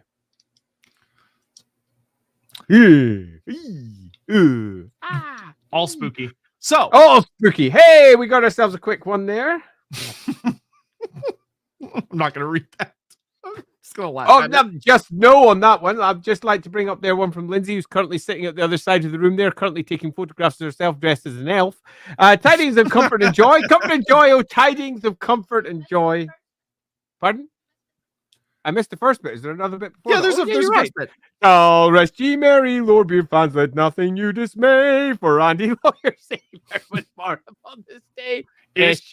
To save you all from missing lore when it has gone astray. Tidings of comfort and joy, oh, tidings of comfort and joy. Yeah, good job, Andy. Thank you very much. Remember, it is fueled by Jack Daniels, which makes anybody sound like a fool. You can throw money at him through super chats. That's what you're supposed to do for public performers. Throw coins. Okay, so is there anything else that we should cover, or do we just got questions now? Do you think? Okay, no, cool. I think we can jump right into it. I think that's a good overall culmination. Tells a really fun storyline. I agree. I like the idea. In 3, he talks to everybody, but in 1, he only goes one path. And he's a great character. I like him a lot. It's funny that he doesn't have a name.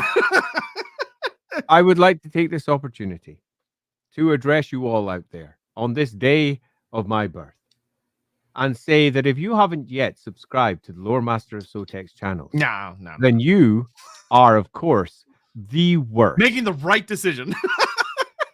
You should be right now going over to the Loremaster of Sotek's channels and going, oh, what are these channels? Oh, I see there's a subscribe button. I could press that. Yes, you should. Subscribe to his channels. Nowadays. Twitch. Of course, YouTube. And anywhere else you may find him out there. Go press subscribe. I've already given my big pitch for why you subscribe to me because it's my bloody birthday earlier on in the stream. If you didn't catch that part of the stream, come back. Watch this video again later. Give us more views. Yeah, please. We need to eat. we need to eat. But I go quite the heavy go subscribe, let's say petition earlier on in the stream. But for the moment, I would just like to say, go and subscribe to the Loremaster of Sotek because he simply rocks. Well, I appreciate that. It's question time.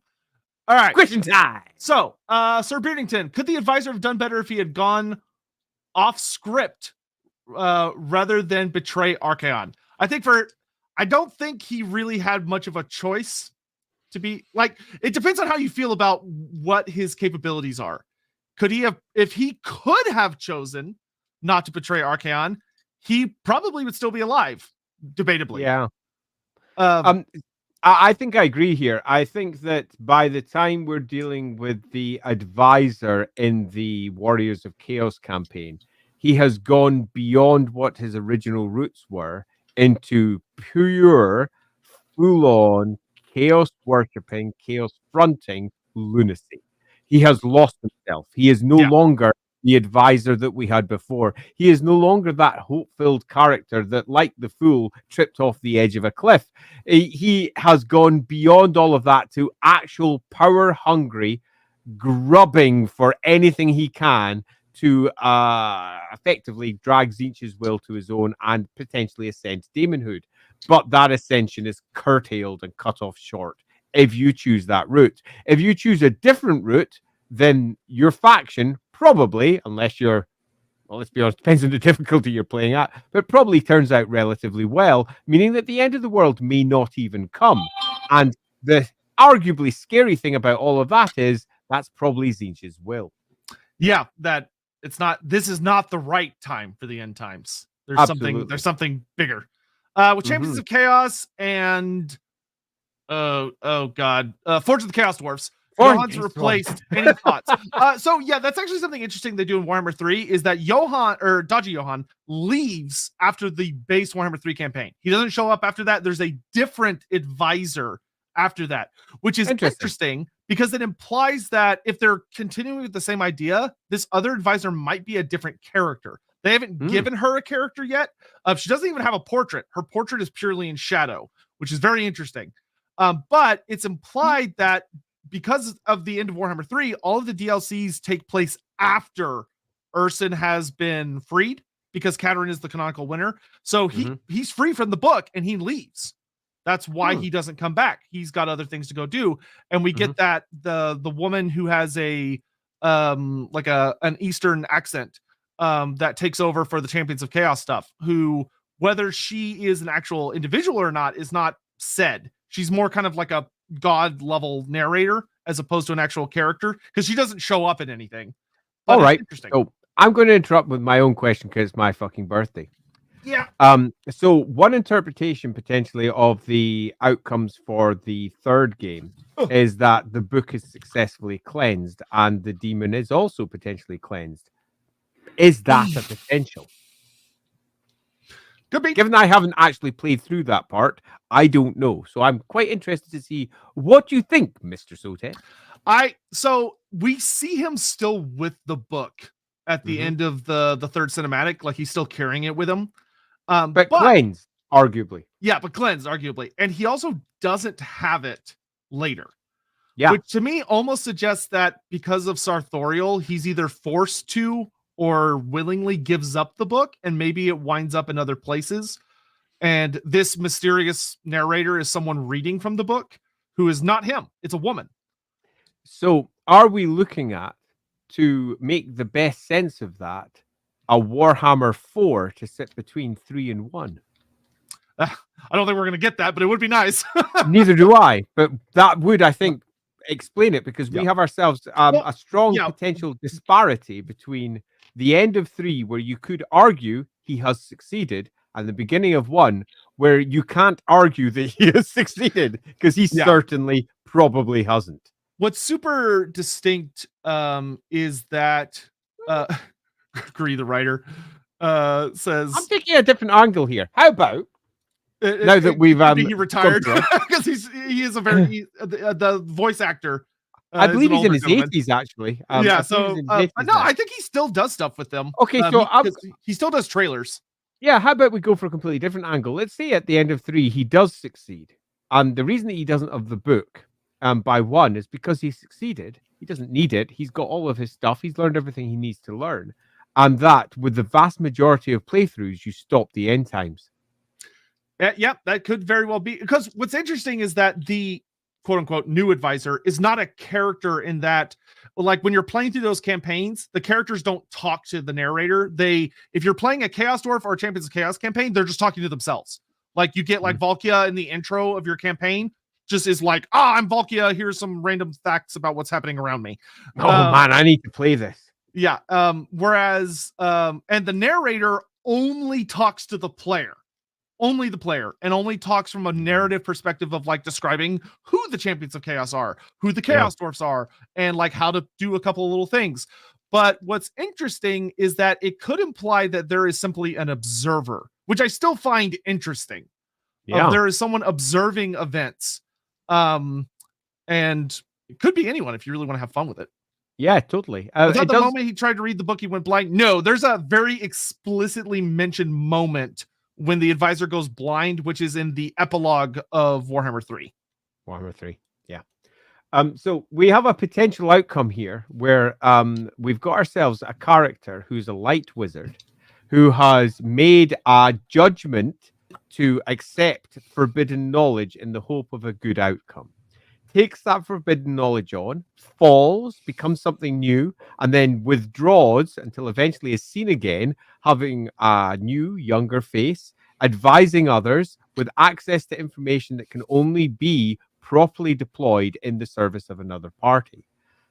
Through the course of that life, he eventually reaches the point where he drives a faction, in this case, Kislev, if we're running by the official storyline, towards an outcome which allows him to be freed from the book. We then move towards the first game, where in almost every single playthrough, the Chaos hordes are defeated, unless you play Chaos, where he chooses to side with Chaos with all the knowledge that he has, and the Chaos gods tear him apart for this. And this arguably is the canonical end, because as we all know, Chaos then goes on to win in the end times, if you tie this through to Warhammer 8. So you could argue that in almost every playthrough, he ends up as a good guy. Yeah. Well, that'd be an interesting argument given just how much of a dodgy bloke he is. Yeah. Well, it's very fun and interesting. I kind of wish I wish they had given him more interesting cinematics in the Warhammer 1 if you're not playing as Chaos, because if you're playing as anybody else, he just is like, oh shit, the end times are coming. Yeah. And it's the exact same cinematic regardless of who you're playing. Whereas with Archaon, you get that unique cinematic with him and his death. But I think that would be argued to be the canonical end, because that seems to be because it gets the unique cinematic. Yeah, exactly. But I think if you're looking at the overall potential of the story, that would be that under 99% of the time he is actually helping someone towards defeating Chaos, except for the time he sides with Chaos and he dies for it. Yeah, everyone's like, except for the greenskins. I don't know, like if the greenskins win, the world isn't over. It's just the world's not gone. Full of greenskins. Yeah, totally. And the greenskins have won multiple times in the past in various campaigns. Large wars that conquer everything. They fall apart. They fall into infighting, and other empires rise up from the ashes that lie there. Chaos represents, when it wins, something quite different to other factions when they win. Chaos represents ultimately the complete destruction of the world, where greenskins just represent destruction. Yeah, that's the thing. Like all the other factions, if you're looking from a purely human perspective, you're like, oh god, this is the end of everything. But it's not about just humans. There's other things, like life carries on. Whereas if Chaos wins, no, it doesn't.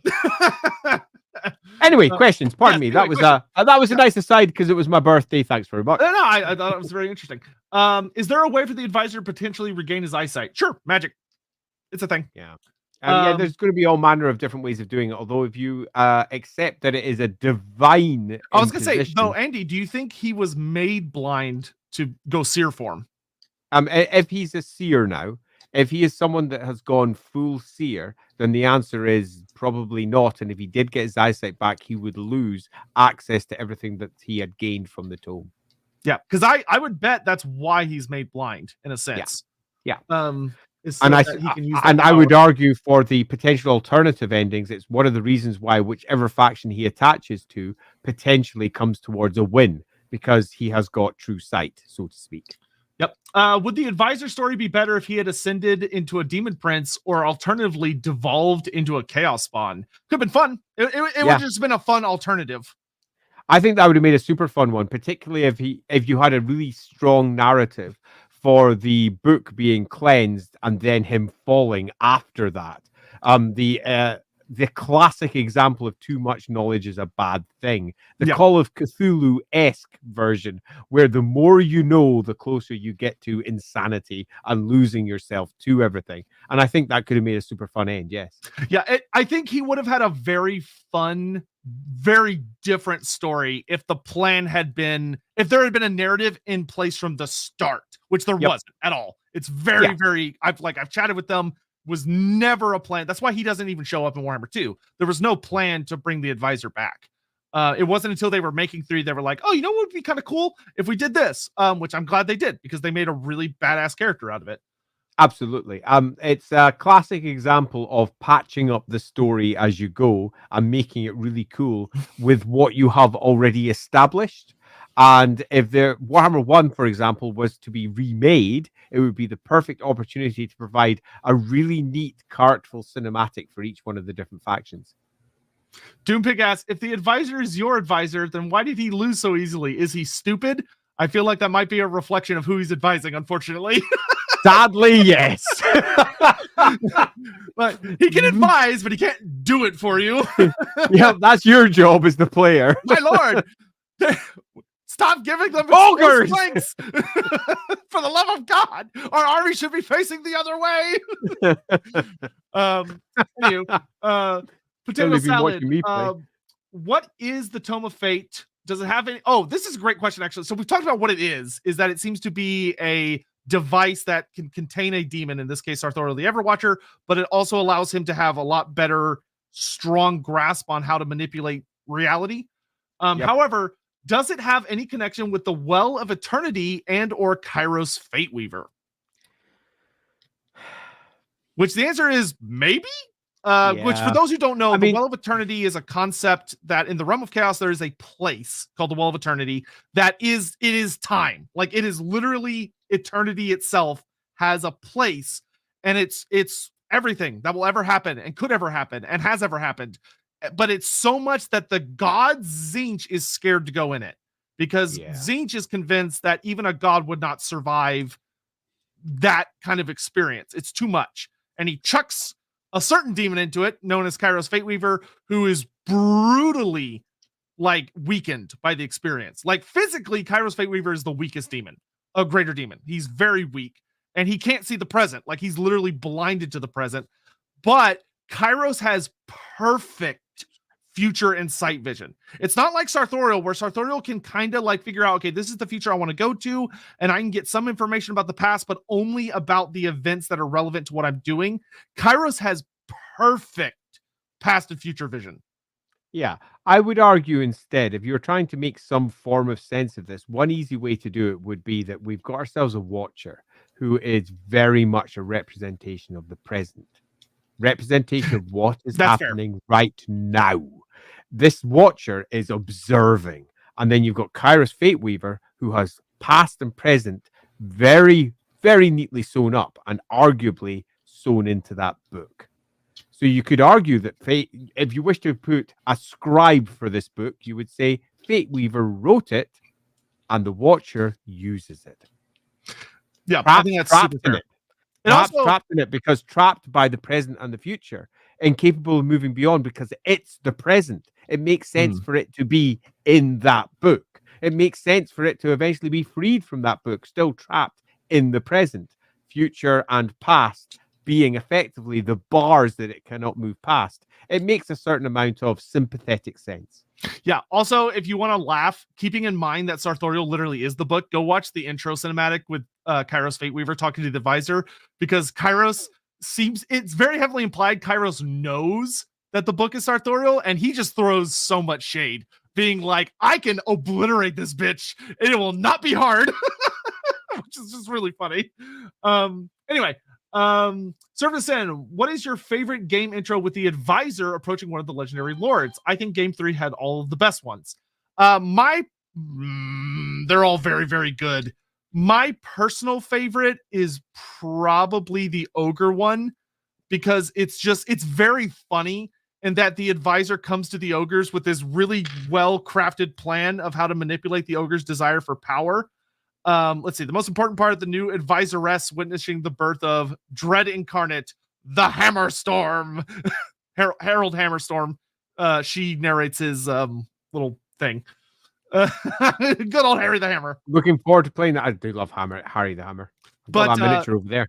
Yeah, but the thing about the ogre intro that I love so much is he comes before Grease's Goldtooth at this big gathering of all the ogre tribes, because Scrag the Slaughterer is there too, and he's like, I've come to tell you that this god is dying, and it's ultimate power. If you get some of this god blood, you could be the most powerful thing in the universe, which should appeal to ogre sensibilities. But Grease's response is so great, because Grease's goes, power? Ogres are power. Let's eat this guy. And he goes, no, wait, don't eat me. Which is so, I love it so much. And then the pivot he does is so brilliant, because he goes, the god is a bear. You can eat it. And Ogresus goes, wait, don't eat him. You said it's a bear? And he's like, I've never had roasted god ribs, which is just so great. It's so good. Wow. And the advisor proceeds to go, hey, I'll help you get this bear. You can eat it. It'll be the greatest feast of all time. I just need 1 drop of god blood. And Greasus does my favorite thing, which is, in anime, the concept of like a character being so powerful that they teleport, they move so fast, and it's like terrifying. Oh, yeah. Greasus teleport anime moves up to the advisor and pokes him in the chest and says, you get 1 drop. The rest is for ogres. Which is just so great, because he's such a greedy bastard.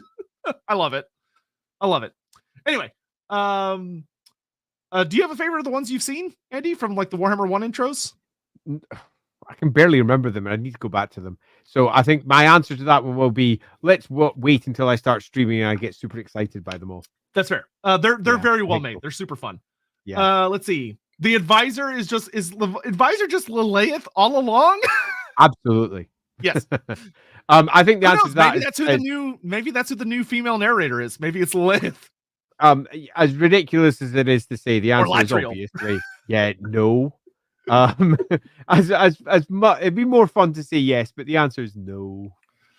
Could the new advisor be related to the old advisor? She seems even more mysterious. Could be. If they want her to be. I mean, yeah, it's one of those things that will be whatever they decide that it is, but loosely, probably not. Will Andy ever do cosplay as the advisor? Yes, go watch the stream or the episode of LAWhammer that'll come out tomorrow. I can't believe that came up as the question, and the answer is yeah, I kind of did, although my cosplay's terrible. I literally just pulled on this plus some roby thing. There's no such thing as terrible cosplay. And no, it was terrible cosplay, trust me. But I will be doing it again next Friday because as I was discussing with Sotek before we streamed, the advisor is going to be doing something really quite fundamental as an opening towards the next episode that we're doing in terms of the advisor and his place within the world, and doing something that the Warhammer 1 suggested was a thing that he could do and wasn't really followed up in the later games, but it most certainly is something that this one can do. This is a really good Andy question. Oh, do you guys have a recommended reading list for starting Warhammer Fantasy Roleplay? Like a read this book, then this book, then this book. I guess I'm trying to learn how to GM. Also, the advisor is a great example to show how to hook crazy Warhammer stories together. Absolutely is. Okay, so there are a lot of really good books across all 4 editions of Warhammer Fantasy Roleplay. Now, I'm a little bit biased because I wrote a significant chunk of them. So I would say take this list with a certain pinch of salt. But whichever edition you're playing, buy the core rulebook. I know that sounds really obvious, but buy that. If you want... To clarify, Andy, I don't think he was asking like 1st, 2nd, or 3rd edition. He was asking for playing the modern edition. What books would you recommend reading as like, this is priority number 1, this is priority number 2, etc. Okay, so I'm going to pull this out as pillars instead. For the playing the game, the core book. For starting yourself off, buy yourself the Warhammer Fantasy Roleplay starter set. It provides you with an entire city to play inside. If you want to understand religion, the best book is still the 2nd edition Tome of Salvation. If you're looking to understand chaos, you can't go wrong with the very first, I can't believe I'm going to say this, the 1st edition Realms of Chaos books. 1 and 2, the 2 books that came with that. Even though it's mostly 40k stuff, it's still redolent with detail and color that is lovely. If you want to see a little bit more pulled together and synthesized, both second and third edition have extras, but they're all based upon what came before. Yeah. But beyond that, it's whatever you like. So if you want to play games with dwarves, go get whatever the dwarves. I'm not biased. Go buy this. Yeah, it's a nice box set, and it comes with everything you need. Like, you don't even need the core rulebook at the start.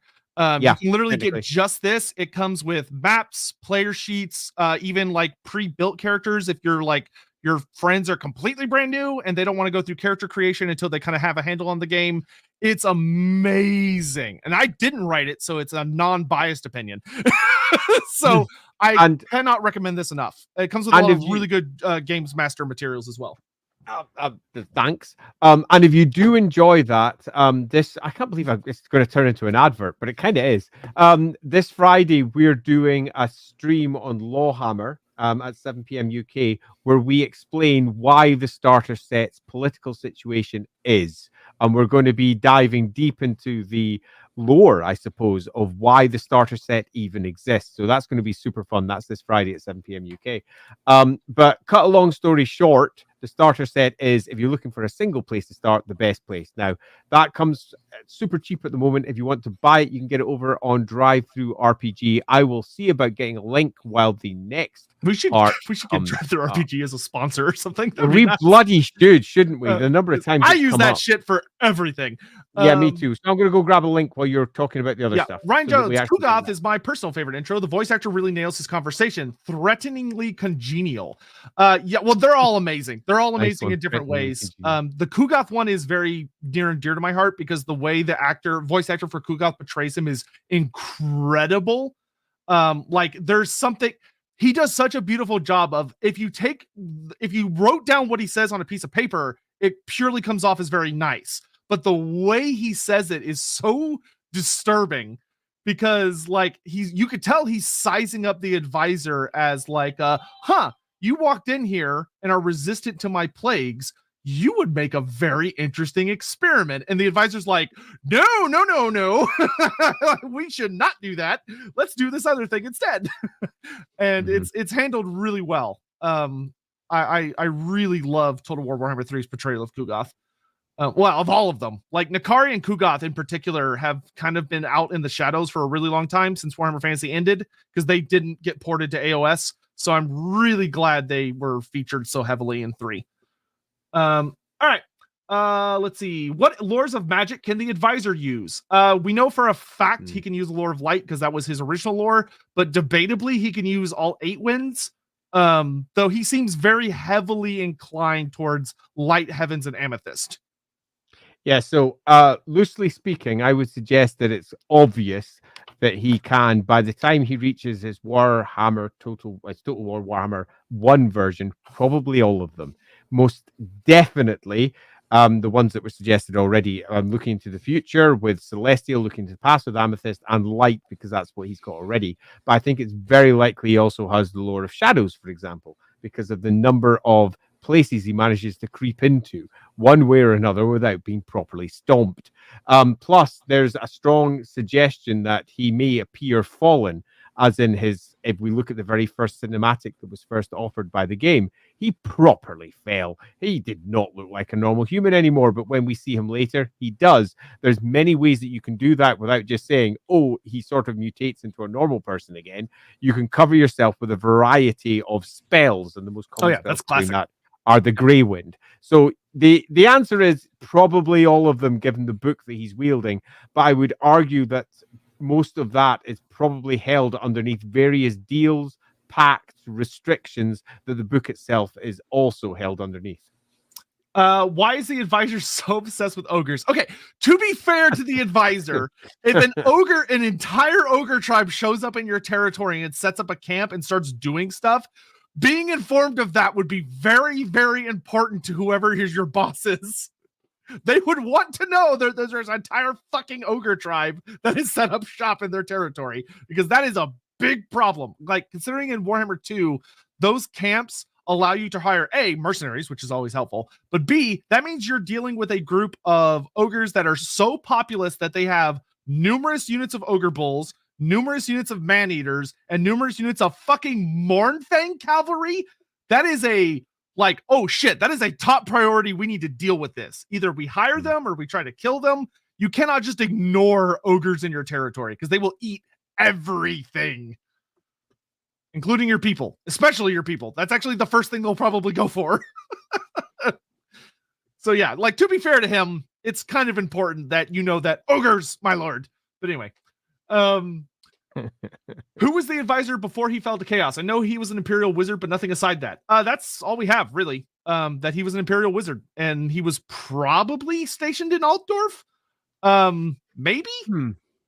Okay, look at the facts that we have. Altdorf is very likely. The library in Karlberg is also likely, but given that he accesses a tome of extraordinary power holding a greater demon, it seems most likely it's the Light College in Altdorf where he's cited, and it also means that he's someone with enough clout to get access to the Chamber Unbreachable or its equivalent, depending on which version of the Light College you run with.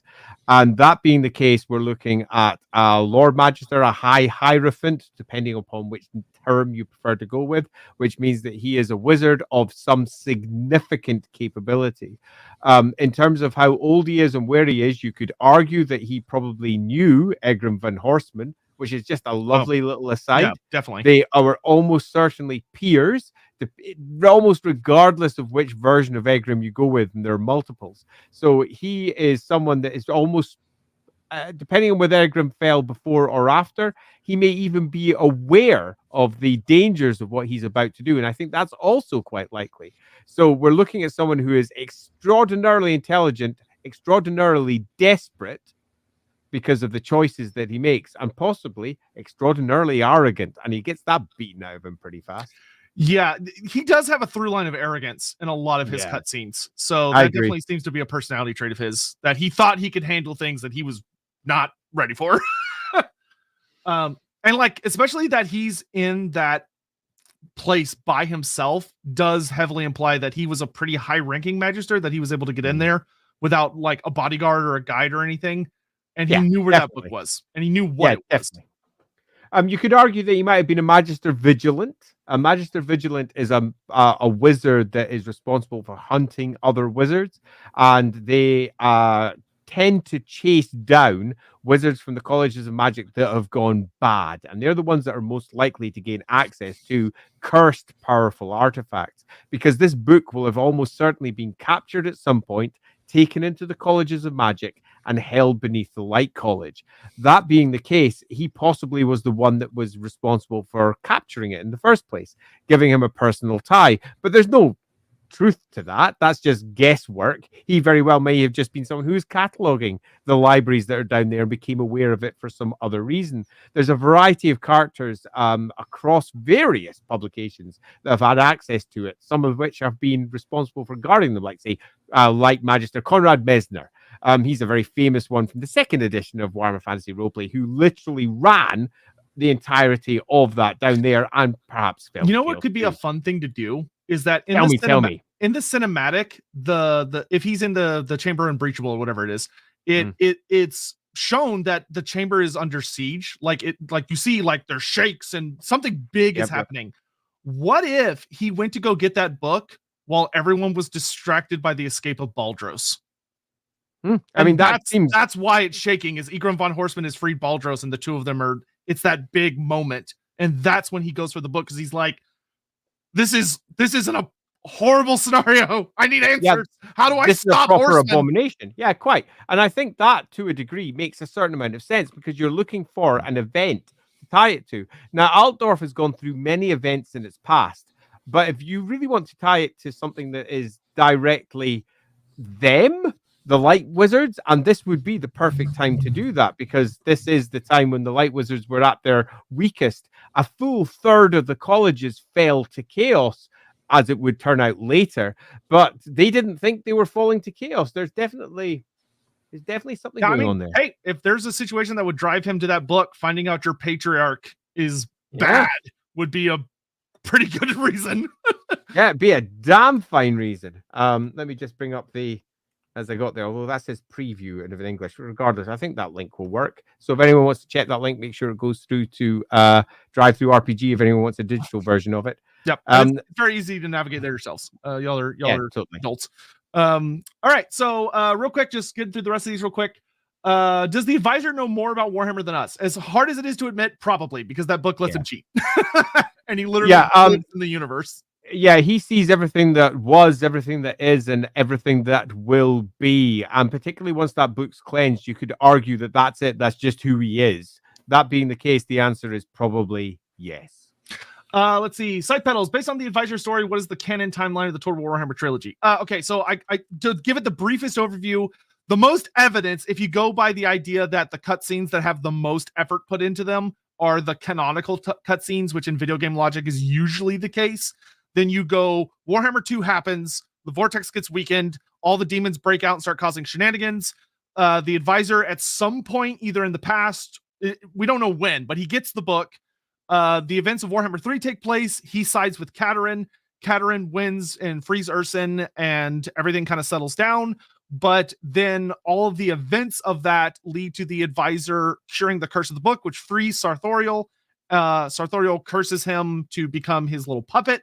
And then the two of them go on to fight along, or to join Archaon, where they help Archaon become Everchosen until they turn on him and betray him. The advisor is killed by Sartorial, and Sartorial himself is defeated by Archaon.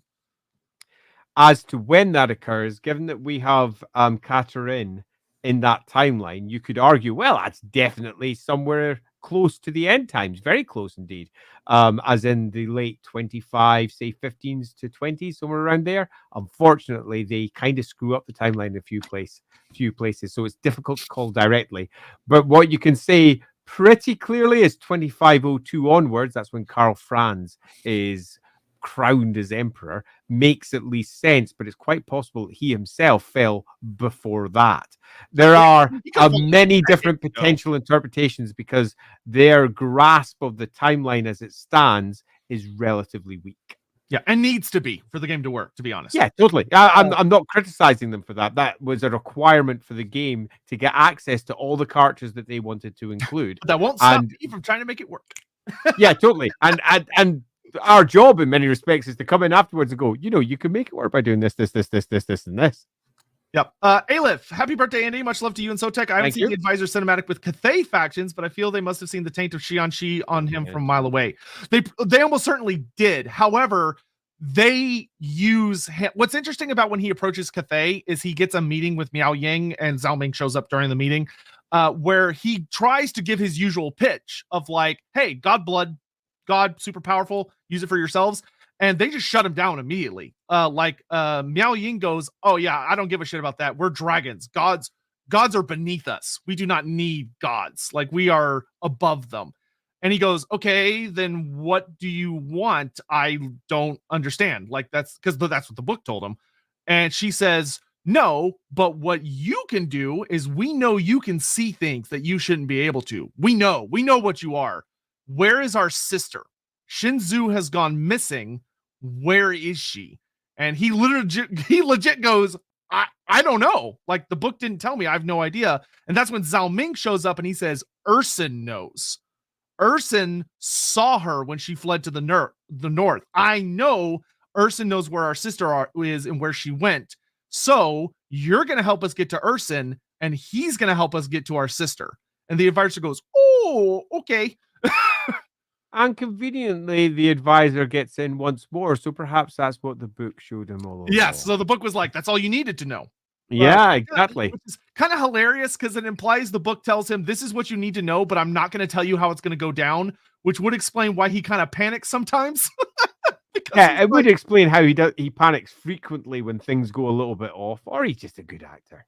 Yeah, but I mean, I'm probably going with the first option. I would be crapping myself if Scarbrand was like, "I'm gonna take your skull." I'd be like, "Oh, please, this isn't supposed to be happening," because this has gone all wrong. As far as he knows, the book might be like, "Yeah, he's gonna kill you and then take me, so I don't need you anymore," which would suck. Anyway, so yeah. Is the tome the advisor has a pre-existing item, or is it Total War original? I believe it's original to Total War, but I'm not sure. It is. in that, I have used pretty much every single magic item that you can get in Warhammer, and I do not recall ever using that one on any of the games that I've played. So I'm pretty convinced. I do really like it, though. I'm glad it came with really interesting caveats on how to use its power. It makes it a really good item. Yeah. Let's see. More of a Total War question. If you each had the opportunity to voice a legendary lord, legendary hero that is yet to be put in the game, who would you like to voice and why? Well, I am a horrible voice actor. I have no skill at it, so I wouldn't want to because I feel like I'd ruin it. But if I was magically good at it, a character that's not in the game yet, I would want to do Chakax the Eternity Warden. That would be super fun. Okay. Or Teto Echo. Either one. What about you, Andy? Countess Emmanuel. Ooh, spicy. That'd be very impressive voice acting. She deserves to be in there, doesn't she? Okay, maybe Thankful. Oh, someone's already said Thankful. I mean, hey, Countess Manuel, she's such a fun character. It's a shame I believe she's not in the game. They're just like, they don't see her as a warrior character. They see her as a diplomatic. Yeah, character. But they've managed to convert everyone else into a warrior character. Pardon me, I've just been. What was that? Yeah, Lindsay could do Countess Emmanuel. It'd be fine. She literally came in to tell me, and then walked out again. Just give me a ring. Totally. Y'all are right there. It'd be an easy trip. Oh, well, yeah, it would. Long drive from Scotland, but it's not that far away. Anyway, let's see. My birthday gift to Andy. I like how his birthday gift gift what is it? Tell me about the girl's birthday gift. What a great question. Birthday gift. Thanks. Who is your favorite character from those currently in Total War Warhammer?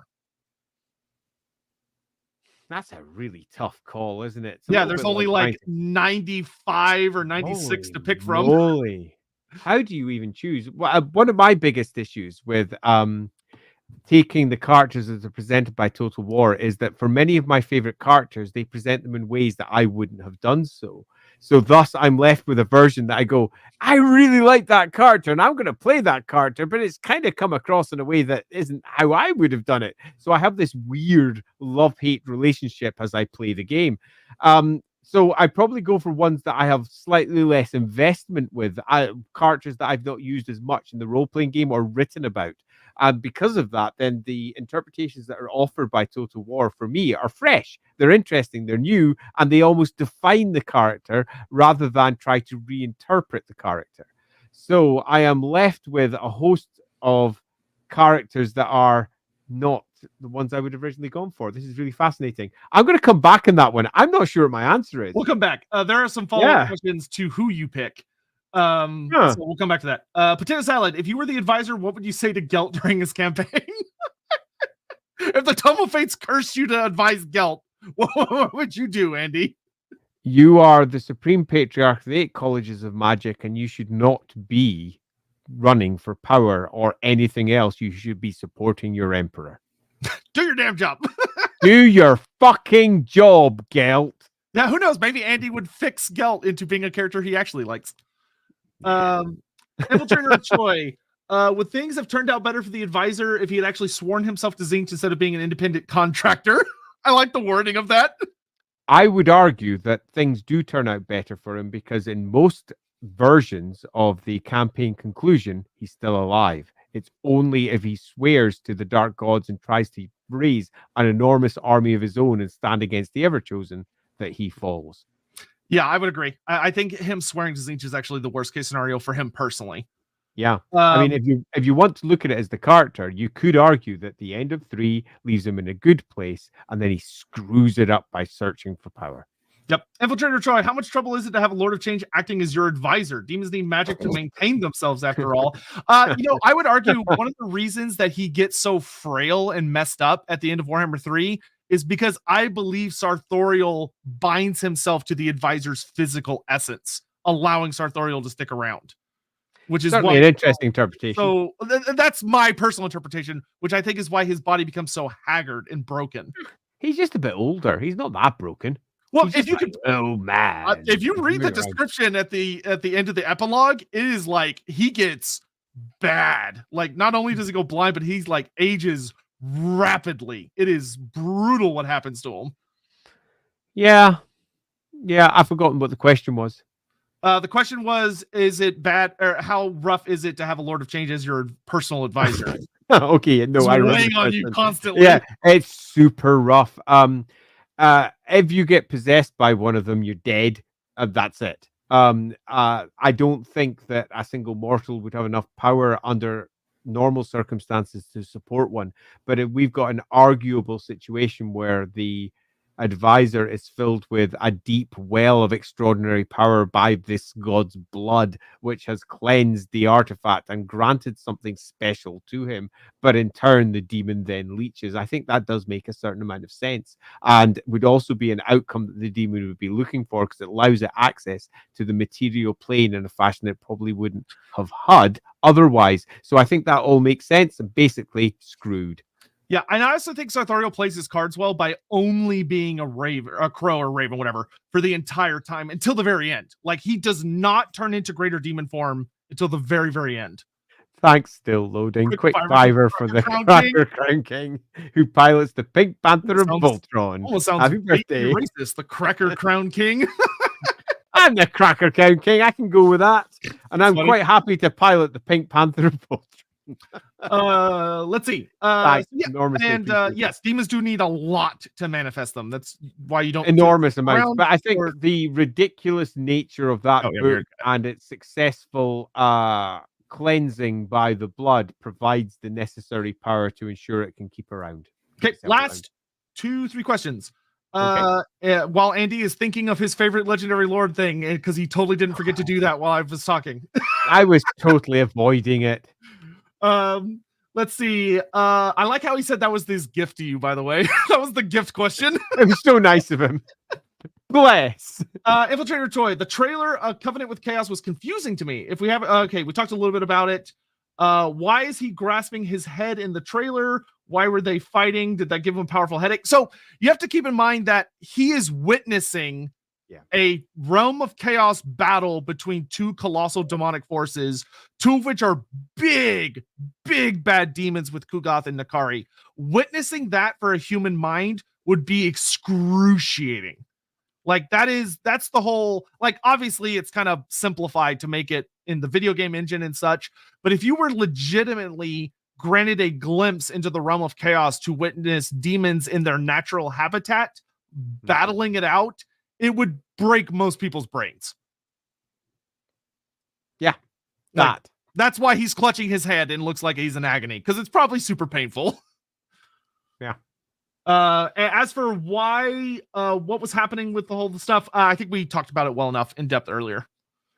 And then Hellfire, did the advisor die and come back? No, because Warhammer 1 is the last game. Though, I mean, you could argue maybe he does, but Warhammer 1 is the last game in the trilogy. So it's that Warhammer 3 is a prequel. A lot of us were very confused when the original Warhammer 3 trailer came out, because when we saw the advisor, we were like, what? Not only is he like alive again, but he looks great. He looks great. Yeah, like, man, he's looking good. Like he looks really healthy. Like, man, he's been juicing or something. Or whatever bullshit fad is popular. I'll read through the rest of these. Can others come back? Okay, this delves into a lot of like resurrection type stuff.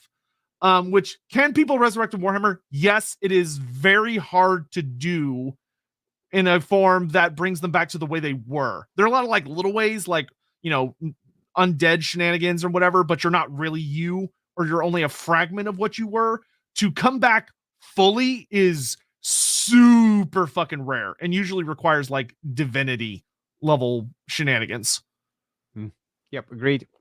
And last old one, would Sartorial the Everwatcher ever be a legendary lord for Total War? No. Because he's too closely related to the likes of Kairos, it would be too similar of a character and not make for a really genuinely different experience. However, he is a unique character already in Total War Warhammer. He has a unique starting trait, and if you recruit him, he starts off as a mortal, and he's a genuinely different character. I would actually advise trying to get him if you are playing a Tzeentch campaign, because his unique starting trait is very powerful. Yeah, I mean, you could add him as a unique lord. Sorry, I'll phrase it this way. You have a limited number of slots, and there are a ton of Tzeentch characters to choose from. And if your options are, you can have another Lord of Change character, or you could do Egra von Horseman, or you could do a lot of these other characters who are very different and provide a more unique experience. Sartorial just isn't going to be able to cut it. Yeah, I'd much rather have Egram. So I've had my little thought.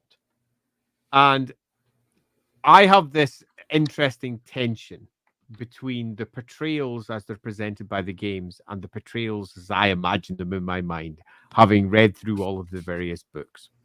And I can't help myself but be dragged towards the characters that I have enjoyed for one reason or another, regardless of how they may not be portrayed as I would prefer. For example, I have a very, I would argue, almost unique view on how the elves should be portrayed that is probably strongly influenced by, say, the 6th edition of Warhammer. Yeah, you're not going to like the Total War elves. Where the Total War elves look very human. They appear human and they are much easier to animate, and they often look quite human too. So thus I find them relatively difficult to engage with. But does that stop me playing with Marathi? No. Oh, interesting. Oh, no, it doesn't. I'm gonna have to show you a clip. There's a really funny. So a lot of the characters have like really fun dialogue when they're talking to one another in the diplomacy screens. Nakari has one of the funniest goddamn diplomacy lines when he's talking to Malekith, because he basically says something along the lines of, "I've seen what your mother does with people," which is so like he just throws it in Malekith's face. Like, I think he implies that he's had done things with Marathi, which is seems very likely to me. I know, it's just so funny. Like he just walks up and he goes, "Yeah, I screwed your mom, kid." Which is just so... He said, and kid, she just said, "So did I." Because hey, Malika, all been there. Hey, Jacob or possibly Jacob. Never can be certain with the YJs. Son of Stigmar, summon the Electrocounts. It's Andy's birthday. Happy birthday to me. Hey, thank you very much for the super chat. Enormously appreciated. Followed up by Godzilla as well. Hey, Godzilla 2021, do you think Gaurach would function better as a legendary hero or lord? Shrug. If they're gonna do Egram, because Egram also has Baldros, the big bad Chaos Dragon, as part of his kit, having 2 Chaos Dragon legendary lords seems kind of much. So maybe a legendary hero Chaos Dragon and then a legendary lord Chaos Dragon would help them feel more different and fun and unique. But I mean, it's whatever, they could do either way. And Hermetic Alchemy, if you master it according to okay, this is actually really interesting because I was reading about a very similar concept earlier today. Like legit was dealing with some stuff. Yes, the golden being removes the impurities of your entire being. Would that be a good solution to give Cetra his golden body? I would argue that's what Cetra was aiming for, was that like ultimate goal of alchemy for the self, as opposed to like the Philosopher's Stone. That's what the Lich Priest promised him and have not been able to fulfill so far. And I was going to be talking about this later, but I might as well bring it up now. I think this is what the original writers for Gelt were aiming towards, but later Games Workshop writers don't understand the concept, or they don't know about the concept, and so they didn't realize that was the direction they were supposed to be going with Gelt, and that Gelt is supposed to be an ultimate expression of alchemy in the Warhammer universe, and he's not, because the later writers didn't understand what alchemy is as a philosophy from our world. And without going into any great detail about this, but we are near the end of the stream, and there is that possibility that there's a few of you out there just now watching who haven't subscribed, and the potential of us discussing Gelt in depth may just tempt you to subscribe. But that is one of the issues that I loosely have with Gelt, is the different ways that the character has been interpreted by different writers. And it's a character with such potential, with such a depth of lore potentially behind it, with quite clearly some very interesting choices that the character has made. And in turn, none of them, pretty much not a single one of them, has been seen through. Okay, don't say anything else until we have 10K. No more. And thus, I dare stop and say, fuck that guy. All right. We are over time. We got to wrap up. Adam, thank you very much for the last second super chat. How does Sartorial stay manifest in the real world once he's free of the book? We talked about this. He likely bound himself to the advisor, and he also stays in the form of a bird. he greatly limits his power. That wouldn't be enough. That still wouldn't be enough. No, but it helps, I imagine. It needs more. It's too much. It's a greater demon. Yeah, but keep in mind the advisor has god blood in him. Maybe that helps. Yeah, I think that is ultimately where you're going to be looking at the source of the power from, because it's going to require something relatively divine just to keep its manifestation in place. So I would like to end with a couple of things. First, thank you all so very much for turning up for my birthday stream. I can't express how much it means to me. It has been absolutely lovely. I thank you all for joining us as we discuss the advisor, a topic that I am not that well versed in. I've got dabbling bits here and there. I inevitably get some small bits wrong on this one. Thank goodness for the good old Loremaster of Sotek coming in and saying all the marvelous things. He looks like he wants to say something. I shall pause for a moment. Yes, you want to say something? Sorry, I just saw the Graham McNeil cover art. Oh my god. Yeah. I thought you'd like it. That Lady Knight, I think, on the Pegasus, like, oh, this looks really good. Yeah, I'm quite bloody right too. Anyway, really excited. Anyway, all sorry. of that. Thank you so much for all of the happy birthdays. It has been actually a joy. It's been lovely just sitting here listening to the Loremaster discuss a subject that he is absolutely passionate about, and a subject that I've picked up and used in my streams too in a variety of different ways. And I think that for any of you out there who are playing your own games, looking at a character like this who stands almost outside of the standard Warhammer lore as we all know it, because he is only being expressed over in Total War and only there. He's not being expressed in the roleplay game. He's not being expressed over in the battle game. He stands as a perfect example of how we can use these characters in our own games in a variety of, oh my freaking god, look at that from It's yeah, if That anyone wants to get in a last second super chat to say happy birthday or whatever, do it now. Run out of time. Do it now. That's so nice. Thank you very much. Unfortunately, just joining at the end, but nevertheless, thank you. We appreciate just wanted to say have a wonderful birthday. I'm going to add a little extra urful on the end there. Thank you and Sotek for starting these streams. It has been marvelous. And I would like to just say thanks to Sotek because he started these streams. I've come along like a late day player. I'm just sort of sauntering in going. It is actually reached a point though where it is like the absolute favorite thing I get to do every week, which it was not. It was not. This is the best birthday present ever. Just generally, it would not be other anything near what it is without Andy. Not even. Yeah. Thanks. It's been so much fun and it's helped develop my love for this universe more and more. Actually, I want to reassert that and say the same thing for myself. I went through various lapses with the Warhammer world in general. For example, when it blew up, I was like, yeah, whatever, I'm done with it. I shall move on. Fuck you guys. But I kept on coming back. Yeah, totally. I kept on coming back because I loved it so much. And when I got pulled back in for the most recent edition of Warhammer Fantasy Roleplay, there was a moment of hesitation where I went, do I want to do this again? I've done it in the past. I've done it multiple times. And my little heart, can it take getting my world blown up on me again? I'm not sure that I can.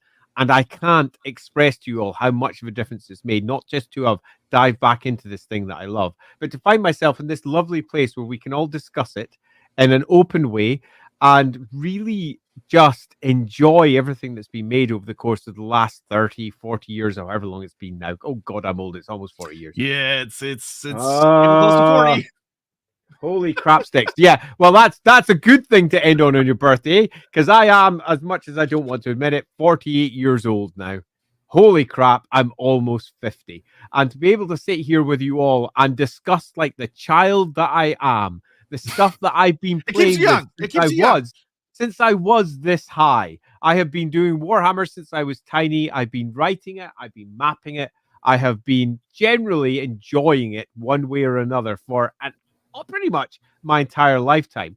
To give a single quotation to end it on, when I was working for Games Workshop the second time around, because I've worked for them multiple times, the manager that I had at the time came up to me and said, Andy, I can't express how glad I am that you're back.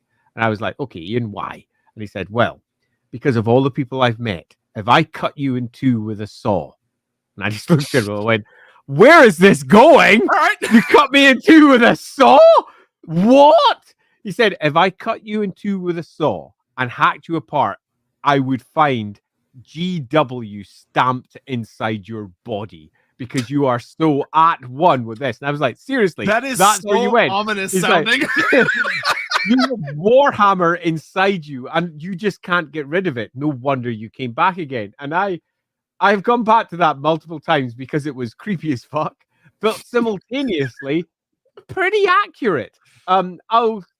My mother, when I was 13, said, "I pity your future wife," and I said, "Why?" She said, "Because because she won't be marrying you; she'll be marrying Games Workshop and Warhammer.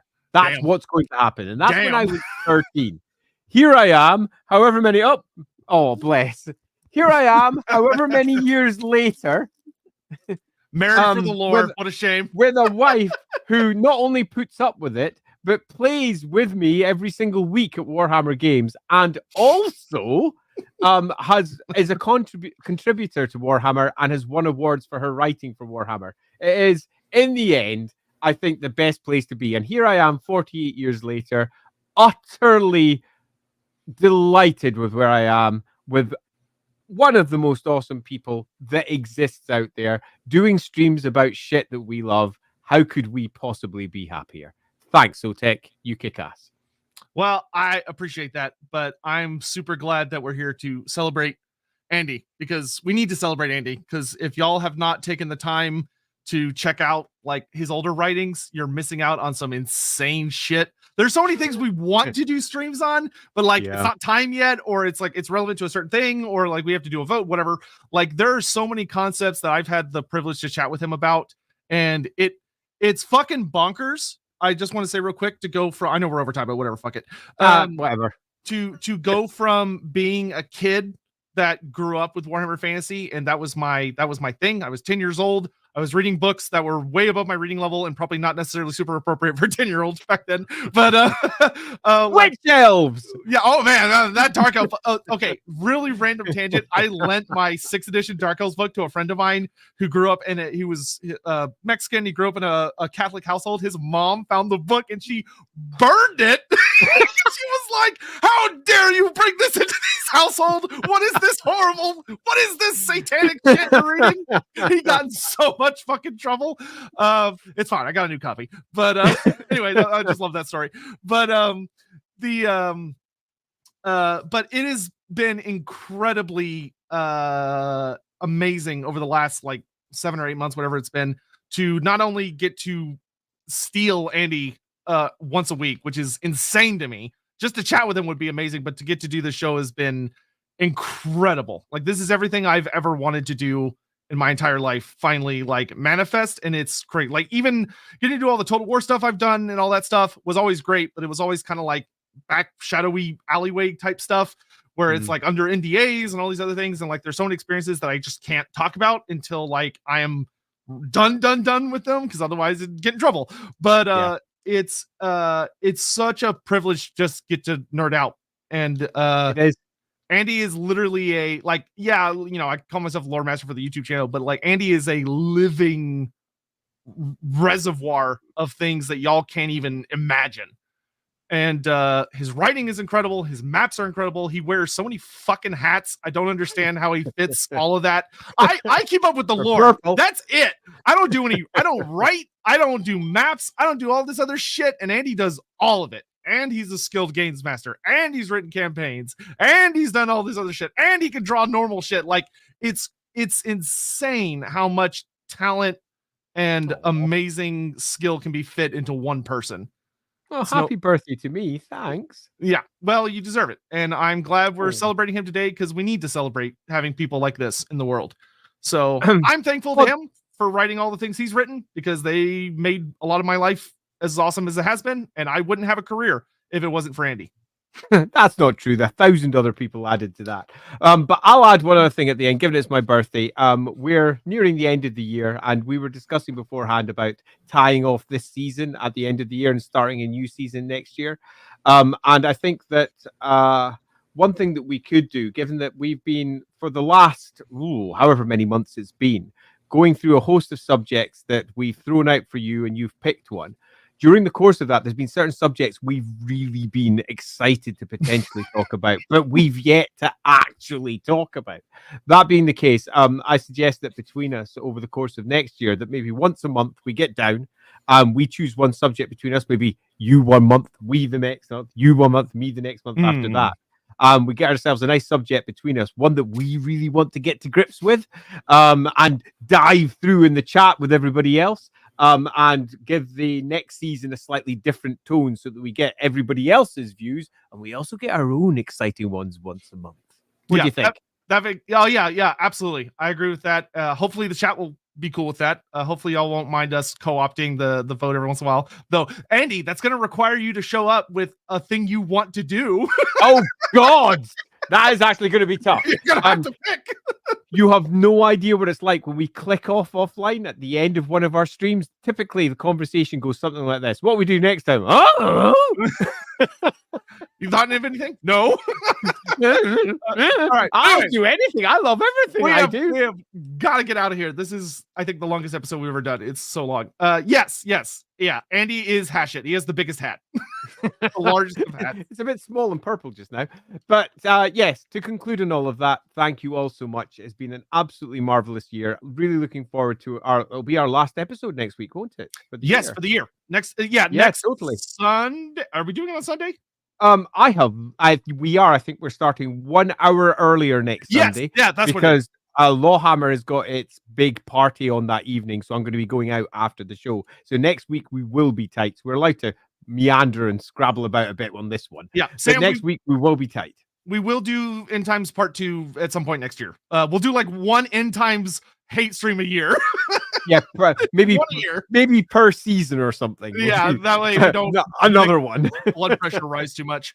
But yeah, Andy, go enjoy your birthday. Happy birthday. Indeed, I shall. And thank you all so much for turning up. Next week, I think it's going to be on whose channel is it going to be on where we discuss what's what.